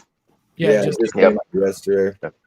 I made a promise to my lady that I'll watch it with her, so it might be a minute. I've never seen the original. I tried to watch the original Who is it? I forget It's a who. long Kyle time ago. MacLachlan, Yeah, David Lynch? Twin Peaks. Yeah. There's a movie, and then I think there was a TV movie, I want to say. And the TV movie got rated better than the movie with Wow. So isn't that the shit that well, I don't know if it inspired Star Wars? A lot of people make connections to that shit, or say George Lucas. Well, Star Wars has a lot of influence of like Japanese samurai. Yeah. If you've seen what that Vision show, that shows a lot of what the original inspirations were. I only watched the first episode of Visions, but that's all you really need to watch. I know that show is so dope.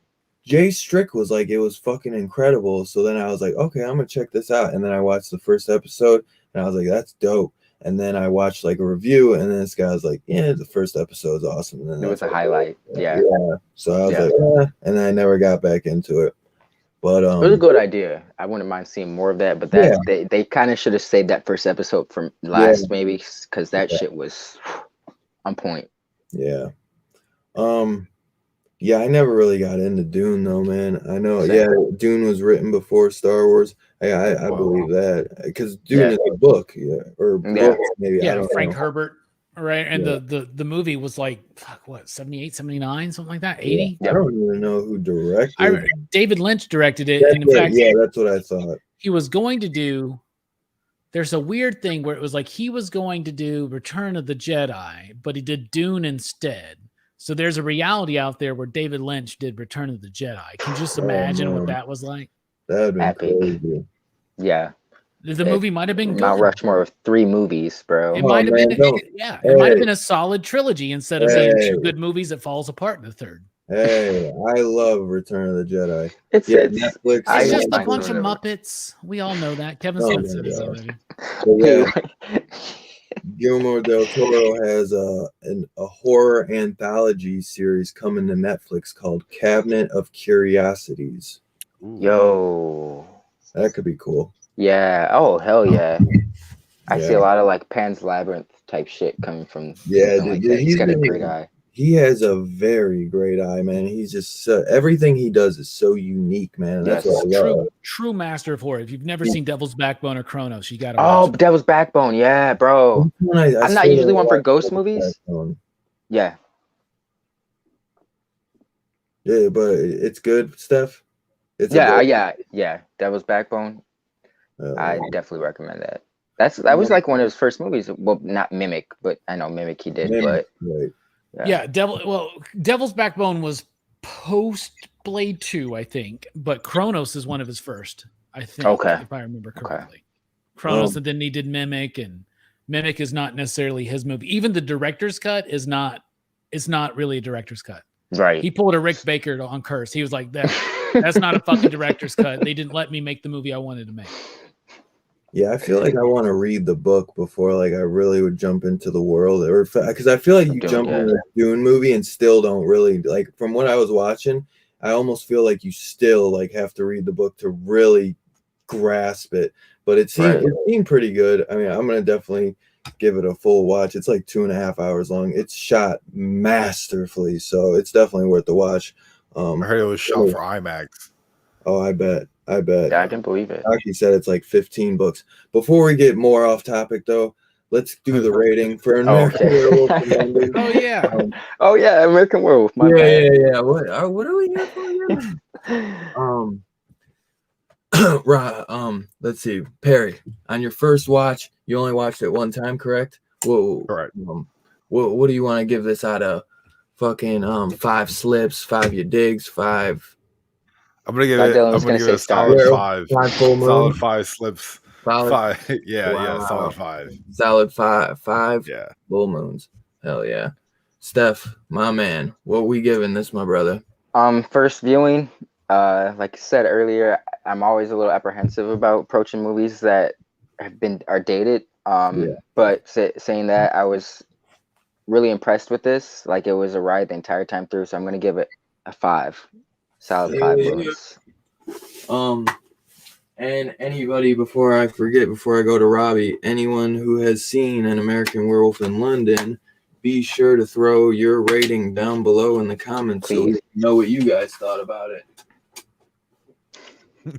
Robbie, what did you think? And tell me this isn't just an awesome cover, man. It's beautiful. Yeah. So cool, dude. I felt bad flipping mine around because I love the original. I know so that's, much. Oh my that's God. why I didn't flip mine. I wish I got the hard case so I could do both, but I know, right? That's the burden with the slips, right? I want know, the slip so right? you can have I both know. part, yeah. You're killing me. This movie is a goddamn classic. It's when it comes to werewolf films, there are three, right? And it's the Wolfman, and it's the Howling, and it's this. And there are other good ones. Curse of the Werewolf with Oliver Reed, the Hammer film, fantastic. Teen Wolf with Michael J. Fox, the aforementioned Michael J. Fox, is a really good werewolf movie too. And yeah, Silver Bullet, Bad Moon. There's some good stuff out there. And the original Werewolf in London, which that's where this movie gets its name from. The very first werewolf film was called Werewolf in London. It was a Universal picture. Oh wow. Wow, yeah. Jack Pierce did the makeup for it, and then got to go a more elaborate for the Wolfman with Lon Chaney Jr. But it's 5 you digs. It's 5 slips. It's 5 you digs. It's 5 full moons. It's there's nothing like this. It's the perfect blend of comedy and horror. Every time we watch a horror comedy, this is the movie that we're comparing it to. You know what I'm saying? Like, this is a man who's a master of this craft, and he chose to not be pigeonholed into just making horror films. I really appreciate John Landis for that. So the usage of the music, the special effects, Rick Baker, everything all together. I mean, it's a 5. It's a perfect fucking movie, bro. There's not a better werewolf movie except for maybe Wolfman. Like, Wolfman's the first, like right there. But like Howling and American Werewolf, they're right there. They edge each other. And there's never been a better werewolf movie since 1981. It's been 40 years. We're still waiting on a better werewolf film. This ain't gonna happen. These are facts. I know, right? I know. Yeah, bro. I'm giving it a 5. 5 slips, 5 full moons, all goddamn day. There are no flaws in the movie. So you know what I mean? It's like Robbie said, it's a perfect combination. It's a perfect blend of comedy, you know, romantic, the romance, horror, practical effects. It just the transformation is just this movie will always be remembered for the iconic transformation, and there's never been one like it since, you know, and just never. It's just incredible what Rick Baker did. And like, it's insane that to this day nobody has been able to do one as good, when we should be able to do better. Easy. Yeah. You know what I'm saying? Yeah. Ginger Snaps is 40 close. years ago. Yeah, Ginger Snaps is close. And like Jamie points out, Company of Wolves is another one too, because that's one. Mignola kind of riffs on this idea in Hellboy for the Wolves of St. August, which is one of my favorite werewolf comic book stories. It's Hellboy, Wolves of St. August. But in A Company of Wolves, they're like, the wolves are ripping out of the humans. So you see the humans and the wolf comes out of its mouth and like rips the flesh apart. You know, and shit. So dope. I love also Trick or Treat has a really good one. Trick or Treat, where they're ripping the flesh. It's kind of similar to the Company of Wolves, but different, obviously. I fucking love Cuts. They also do that trick in Van Helsing, but not as good. Nowhere near. But that's a good pull right there, Jamie. Company of Wolves is a very slept on whole werewolf movie. It's very. Jamie's got the poster for Company of Wolves in her living room. Really? I can attest to that. Yes, dude, that's a great film. It is. It's a good one, man. And you know how Ginger Snaps ties in the idea of the moon cycle to the menstrual cycle, right? And Company of Wolves does that too, and it's kind of like a modern, very cerebral approach. I think to werewolves. It's old school because it's very Grimm's fairy tale, right? But like it's a really interesting film. Something that I really need to. I watched it for the first time this year, but because Jamie loved it so much, I gotta rewatch it because it's something that. I didn't pick up on everything the first time. But it's one Mick Garris loves. Yes. Because he talks about it in Search of Darkness. Yeah. Hell yeah, dude. Hell yeah. So yeah, that gives it an average score of freaking 5.69, dudes. Cobra Viper gave it a 5 slips. My boy Fable gave it a 5. Kirby gave it a 4.5. Bobby D gave it a 5 slips and a full moon. Ooh. We don't want a full moon from Bobby. Trust me. Full circle. Dude, we totally need more wolf movies, man. There's this one. it's kind of like a British train werewolf movie. Really slept on, man. It's called Howl. I love it, man. It's really good. It's like you wouldn't think much of it, but I really enjoyed it, man. There's some good ones out there. A lot of them are crappy. I feel like there's a good portion that are crappy, but there's not a lot of them out there, you know. And it's just a lot of people just recycle it, so it's like nobody wants to touch it. I feel like. But a comic book that's out right now that's not necessarily a werewolf story, but the main character's werewolf is Black's Myth, like Black's Myth, like blacksmith, right? Mhm. It's from Ahoy Comics. It's written by a friend of the show, Eric Palicki.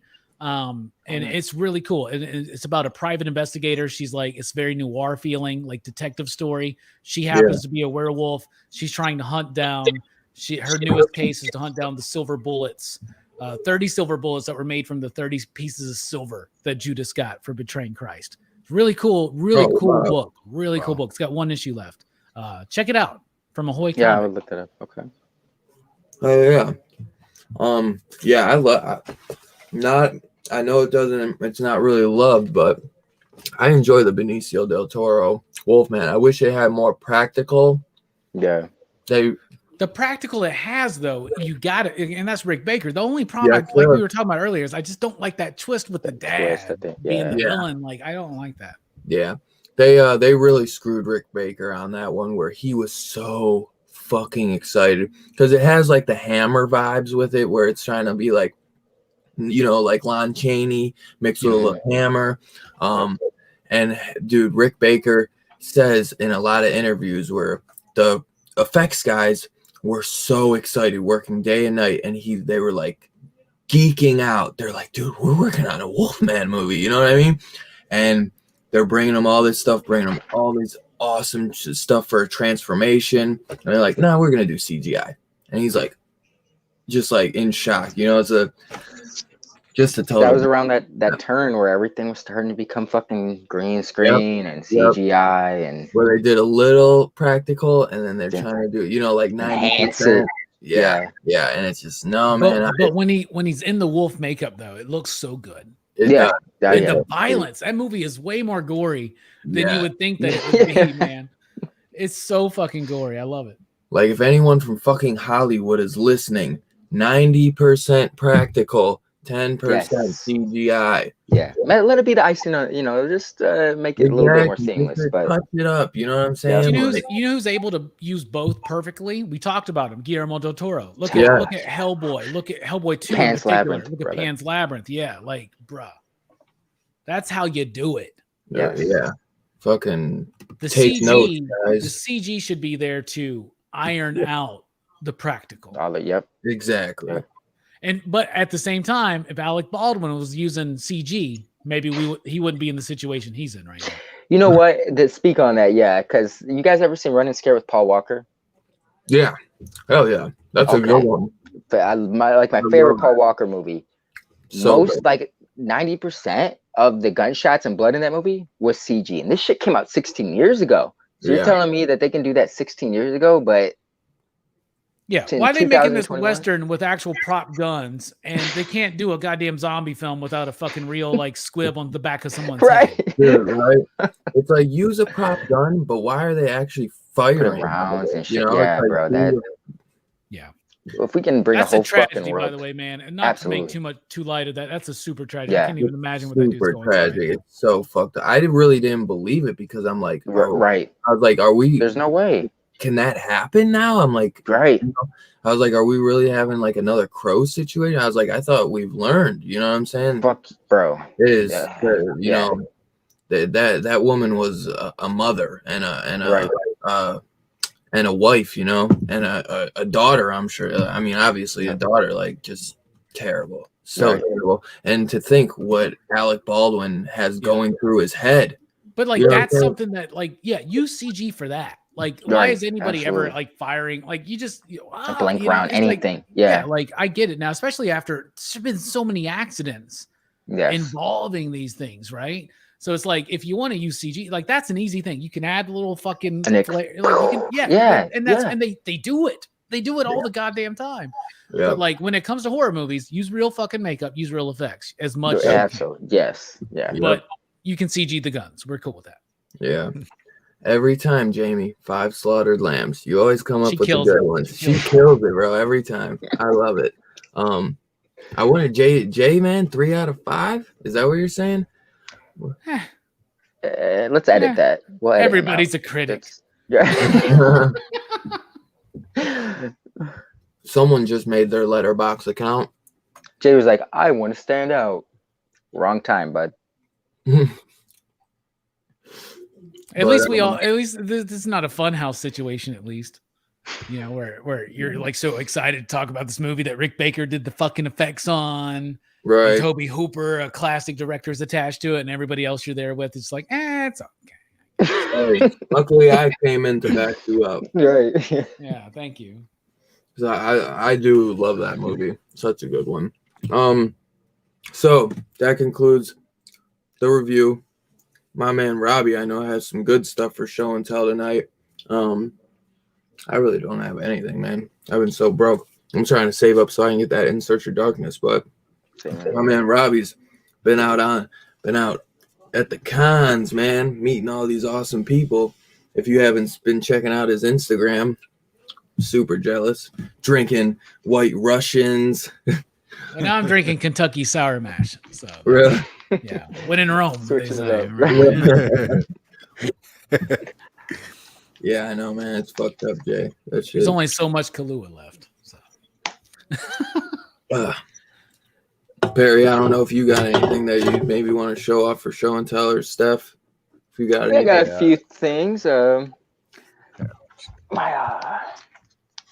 Robbie, you're A-okay. The package came in this week. Oh shit, man!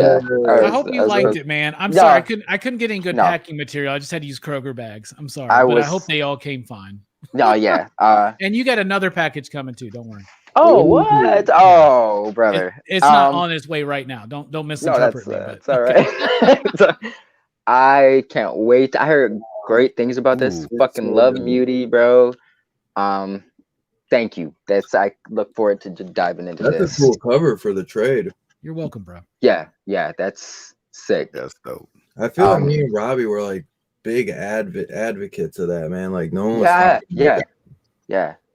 That was before. Like now, people are hopping on Scout, but that was even before a lot of people were hopping. Before they got the buzz. That's a solid book. Anything Muty does, I'm going to check out at least the first issue. That was fun though. I love this cover, bro. It's like Luca Perillo. I don't know if I'm pronouncing his name, but I've been really digging his work lately, and this cover is sick. I was talking to Fable earlier, and he had mentioned, he's like, is that Perillo? I was like, I don't know. I opened it up. It was. I was like, yo, I just really dig this. That's sick. Of course, we got X-Force #1 with the SIG, Rockin' Robbie. That's a PC for sure. Never leaving, bro. And it's actually it's a 9.8 for sure. Even my original X-Force was not in this condition, so I appreciate that. Well, it's not a 9.8 because I scribbled on the cover of it, bro. No, that's no. I wonder if they'll CGC it and say signed by Rockin' Robbie. I was happy to really get this, man. I think more books like this need to be out. Yeah. I could definitely identify with this, and it's signed, bro. That's just super dope. Signed with the station, man. With the station. Good old Justin Richards. He's got another Kickstarter about to launch. He'll be joining us on the show again to talk about it soon. I'll be there. I love Justin. It's my homie. First interview I ever did. No shit. Hell yeah. Oh wow. Finger Guns, bro. He's a great guy. Oh, I love Finger Guns. Yeah. He's a cool guy. I really wanted this one. I did not add it to my pull, and I kept hearing everyone talk about it. So I figured, man, by the time I go to the shop, I'm not gonna be able to get it, and I'm not paying extra. So I love the artist, Danny. I do not know her last name, but super. She just goes by Danny. That's all. Okay. Did Tinian write that, or is it not by Tinian? Yeah, Tiny wrote it. I think. Yeah. Oh man. So such a good. Glad to have this. I missed that too. This as well. I could have added this to the poll, but I didn't for whatever reason. It came out. Everyone was talking about it. Thought I was going to be able to get it. And so being a newish parent, I'm on this kick about, let me see if this resonates with me. But I heard great things about it, so can't wait to read it. Thank you, Robbie. Oh yeah, Jeff Lemire, baby. Yeah. This I thought was super dope, bro. Hip hop variant, bro. Like, this is sick. Yeah, That's dope. Yeah. Hell yeah, dude. I just love you guys so much. I appreciate the support, and I'm sorry y'all had to wait so long for your exclusives. And I just wanted to make them extra. Those are specifically curated for y'all, like individually. Like I was thinking individually what I thought you would like. So I'm gonna get to. I felt that, so I'm gonna save the ones I felt that really just. I was like, man, Robbie's been listening. Was very curious about this. Did not even hear about it until you guys were talking about it, and so my shop didn't have it. So I can't wait to dig into this Frontiersman. And I thought it was super dope that you guys signed both copies. And you guys could have just written your name, like Station, Rock, but it was individualized, which was super fucking dope. Respect to the Excitable PCP crew. You guys, Station, awesome, bro. You're worth it. That's to you guys. Now these, bro. Sorry, bro. These are some of my favorite issues of X-Men. This is when the storyline when Kitty, Kurt, and Peter were coming back to the fold after being away at Excalibur for so long. Yeah. Now I had like the regular issues of these. I always wanted the foils, bro, and got both of them. So wow. Yeah, I was like, yo, this is super. I love these, Robbie. And man, I always loved. I want these characters coming back in some shape or form. I always thought this character's name was Chaos, and there's like a rumor he was like Havoc and Cyclops' missing third brother at first. Yeah. But yeah, I love the Seagull run. Joe Casey, or no, Kelly. Joe Kelly, yes. That's such an underappreciated run on X-Men. Absolutely, man. Yeah. Station. Yeah, I saw these and I was like, yo, Robbie's been this was specific, and I appreciate we're watching that. y'all. We tell you all the time. Man, that lifted my spirits, brother. So thank you. I appreciate that. I'm glad you like it, bro. Thank you. Robbie, thank you. Man, that's good. P Money, you got anything you want to show my brother? Well, I got these Freddy Krueger shoes. There was someone at the con showing those off today. Everybody was so jealous, man. I really honestly, by the way, so cool. I thought Perry was about to be like, here's a slaughtered lamb. Even the box it comes in is fucking cool. No shit. Bro, I want a pair of those so bad, bro. Yeah, that's pretty much. I thought you were able to get them. I thought they canceled your order. Well, they canceled my flip flops the Friday the 13th. Yeah. Oh, that kind of sucks. Well, that's awesome. You were able to get those. I'm hoping I can get them. The shining ones are cool, but I like just black and yellow. I feel like I won't be able to wear them as much. Right. Black and yellow, black and yellow, black and yellow. Yeah, man, those are so sick, bro. So sick. Robbie, what you got, man? I've been waiting. I only got a few things for tonight. Well, first of all, I'm at Scarefest 13 in Lexington, Kentucky. It's an awesome show. I've never been to a horror convention, like something completely dedicated to horror. So this has been like, I lose my shit at Comic Cons, but there's nothing like this. So I got this shirt, first of all. I got my demon shirt. Yes. So from the same guy, I got this shirt. For Suspiria. Suspiria, nice. Yeah, really pumped for that. Sweet. I got a badass hoodie that anybody who follows the Instagram has seen me in this hoodie. Like, I didn't know you had that. I just bought it. So it's a Phantasm hoodie. So on the front, it says Phantasm. You see it kind of right there. But look at the back of this motherfucker. No.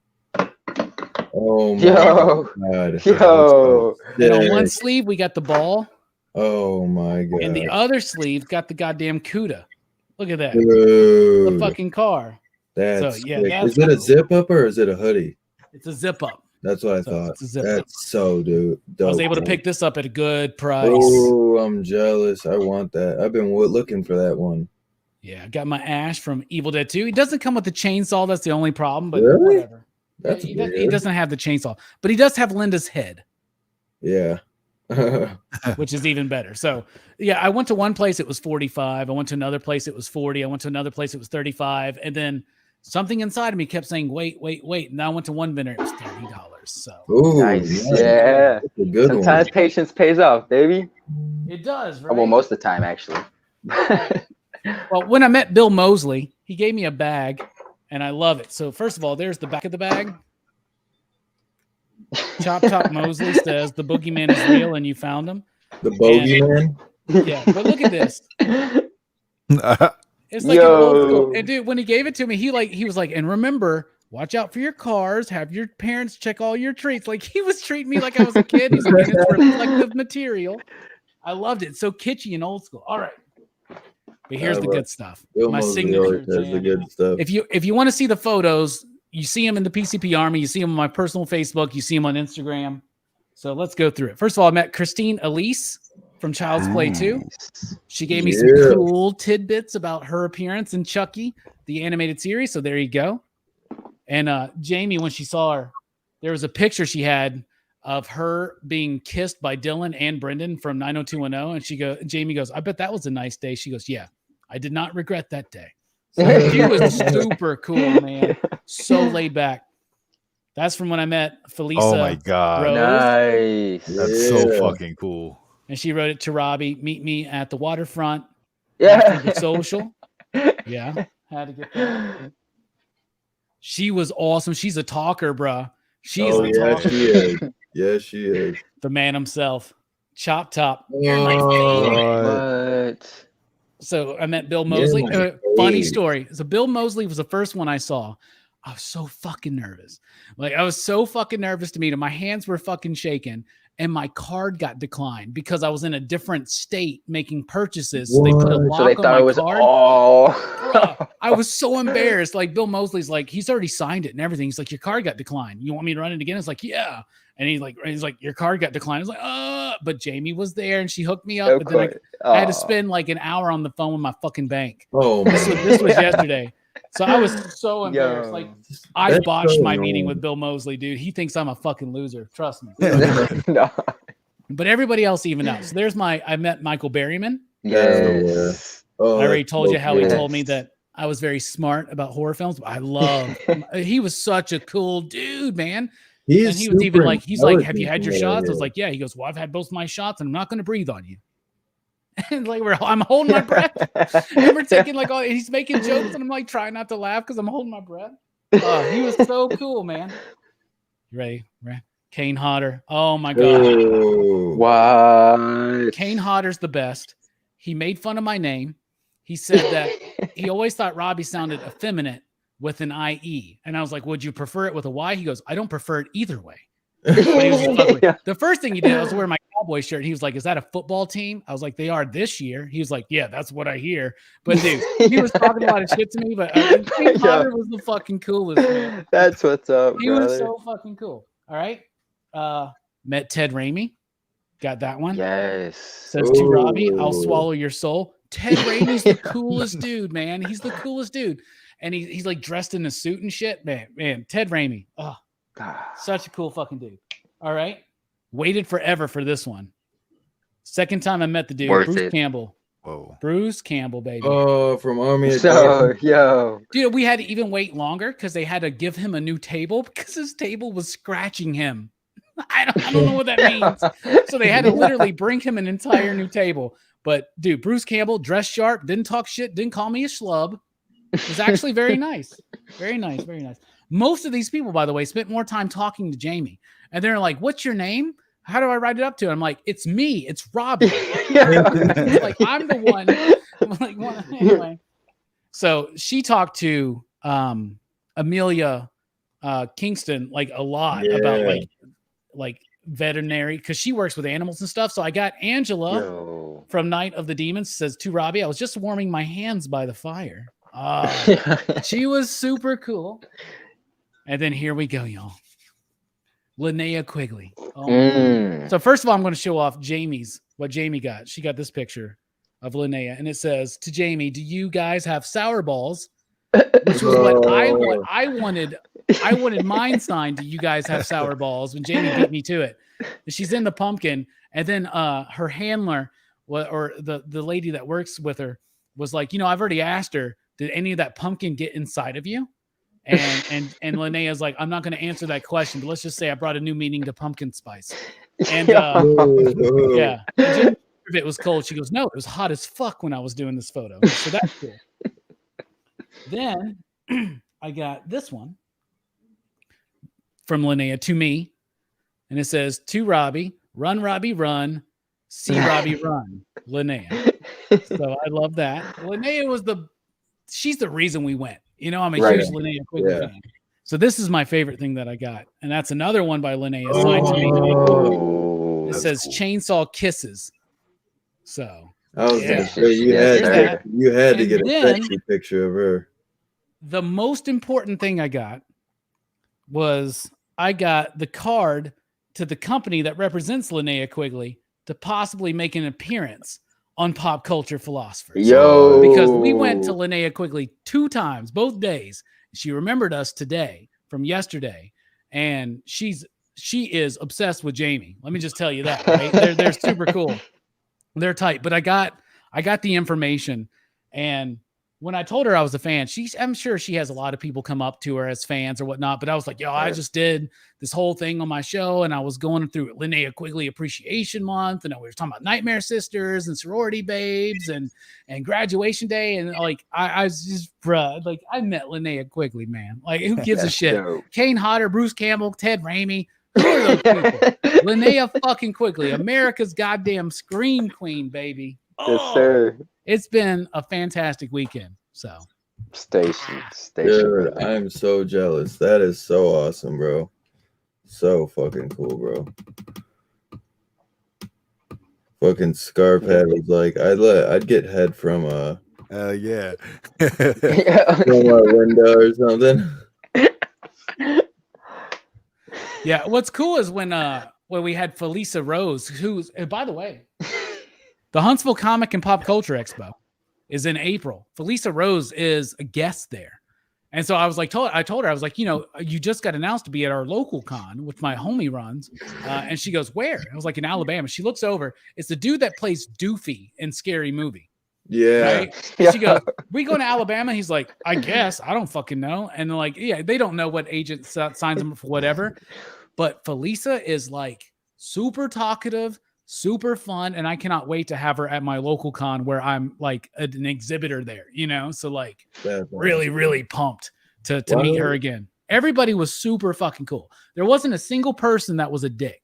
Like, everybody was fucking gracious and awesome. Kane Hodder talked shit to me, and I'm just eating it up, bro. He said my name was effeminate, and I loved it. And him and Michael Berryman both, like, when they were taking photos with me, like, grabbed me really hard to let me know, like, yeah, I'm being nice to you, but I'm fucking scary. It was great, bro. I loved it. If you want to see more of the pictures, follow Pop Culture Philophers on IG. That's so awesome, dude. I would have gotten fucking a signature from Dylan, aka Doofy from Hatchet. Yo, yeah. Well, what's cool is I got to interact with them without paying like $50 to get a fucking signature and picture. True. I spent a lot of money, but it was worth it. I've been saving up for this shit, man. For months. Yeah, man, that shit, it costs a lot, man, but that's something you'll remember getting. And here's the coolest thing. You ready for this? Hey, Google, change all the lights to blue. It didn't do it. Hey, Google, change all the lights to blue. Yo! That's dude, so not cool. only is the Duke abode all Big Lebowski themed, it's a smart house, bro. It's like you walk in a room, the lights turn on, you can change the color, you can tell it to change. Bro, I gotta live like this, man. Shout out to the original Disney Channel movie, Smart House. That is sick, bro. Hell yeah. I'm glad you and Jamie had a fucking awesome time. How many more days are you staying? Are you staying another day?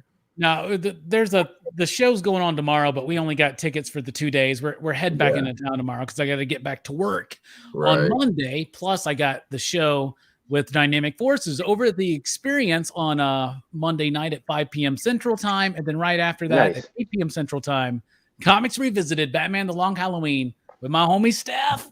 Yeah, I'm excited for that, bro. Me too. I got the new like deluxe edition hardcover. Beautiful. I cannot wait to. I bet. I was like, I'll just read the first chapter tonight. I read them all. Like that is so good. Like you can just jump in and read every fucking bit in one sitting. And and when I got done, I was like, why don't they make comics like this anymore? Yes. Oh my god. When people, it's like, you know, shit like that. It was like if anyone throws, you know, because Jeff Loeb's not what he used to be, understandably. But anytime I start to think like, man, how does he keep getting work? I go back and read shit like that, and it's just reaffirms like this man deserves to be where he's at. Hell yeah. So before we get out of here, next week, fucking last week of Horror Fest, y'all. It's gonna be a sad fucking week. Thursday though, on Pop Culture Philosophers, Creature from the Black Lagoon, the OG original, obviously. And Friday night, they'll be doing the entire Halloween franchise. So you guys are getting a freaking double treat. Double entendre from Robbie. You know, we got to end Horror Fest big, baby. Yeah. You know, and by the way, this is the most movies we have covered. I can't wait to tally it all up, including the Linnea Quigley stuff and Demons 1 and 2 and Satan's Little. By the way, here's something I didn't even say. The director of Satan's Little Helper reached out to me, said, I watched your podcast. It was great. Wow. Yeah. I was like, what the fuck? That's sick, dude. Yeah, Jelani, if you're still watching, by the way, he watched you talk shit about his movie, but he's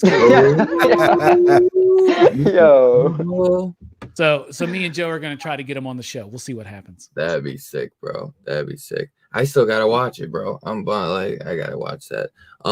So yeah, hey, don't expect too much out of it, Dylan, but it's worth it. I gave it a 4. You dig? So did Brooks. So did Joe. And Jelani gave it a 3 because it has like a kid in it. That's really dumb. And Jelani hates kids in movies. Yeah. And this kid is fucking stupid, bro. Yeah. Yeah, I got thrown off because one guy was saying that it was okay, and he was expecting a little bit more. But so Thursday, Creature from the Black Lagoon on Pop Culture Philosophers.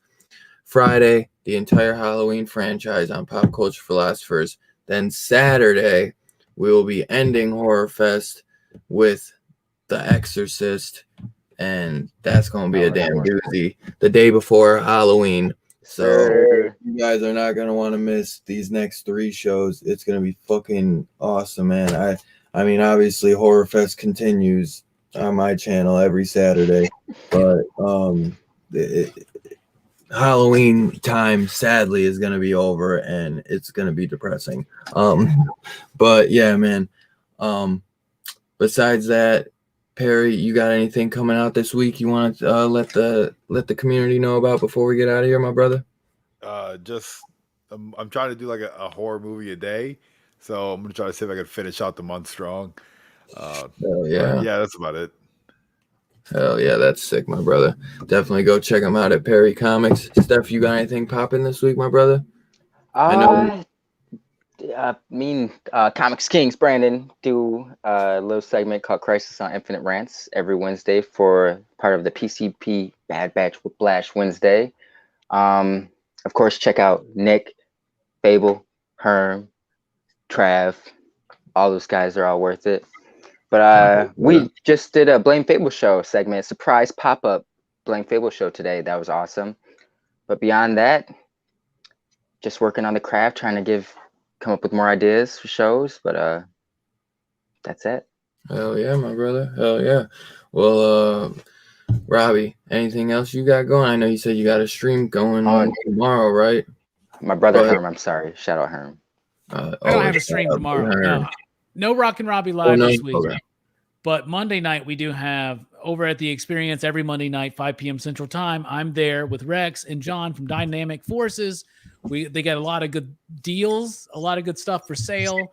And it's just great, fun conversation. And just all you got to do is join that video and comment and you might win a prize. And same thing with my preview show that I release on Fridays. You comment on that video, you might win a prize. Travis and Manny both just recently won. Manny tomorrow. So you got to go. And all the prizes have been those Virgin Dynamite variants by Lucio Perillo and Jay Lee. Oh, nice. They're all like $50 cover price things, right? Monday night, Long Halloween Comics Revisited, weekly comic book review, of course. Top 10 with Jim Mint. That's going to drop soon. We're working on a new format. It's really cool. Collected top 10. And what else? That's it. And all the Horror Fest shit, man. That's what we're doing, man. And join us over at the PCP Army and check us out on Instagram because I've been sharing my photos with these people that I've been meeting. And awesome, y'all, this has just been the best like weekend ever. And I want to thank my girlfriend Jamie for it because she set all this shit up.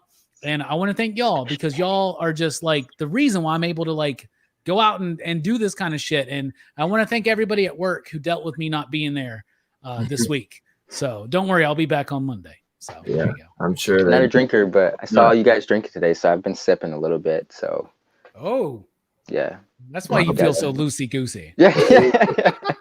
Feeling himself. Oh yeah, and drink a White Russian, man. And I want to say, station to the dude who's, if you're ever in Lexington, Kentucky, get the Airbnb that's like Big Lebowski theme. This is the shit, bro. This is the shit. Hey, yeah, that was awesome. Lights the red. Hell yeah, the dude abides. Yeah, so make sure y'all do your homework. Creature from the Black Lagoon, the Halloween franchise, which y'all should be watching them Halloween movies anyways, y'all. You know what I'm saying? And The Exorcist. I mean, come on. These are movies y'all should be watching anyways. But thank you, TM, Scarpad 62, Lefty Blues, Albert, Bobby D, Taki, Fable, Sal, John Holshoe. I know Jelani was up in here. P Money was up in the comments too. Cobra Viper 999, Jay Nunya, Jamie. Let's see who else. I know there's a John was in here, Kirby, my boy Kevin from Entropy and Comics.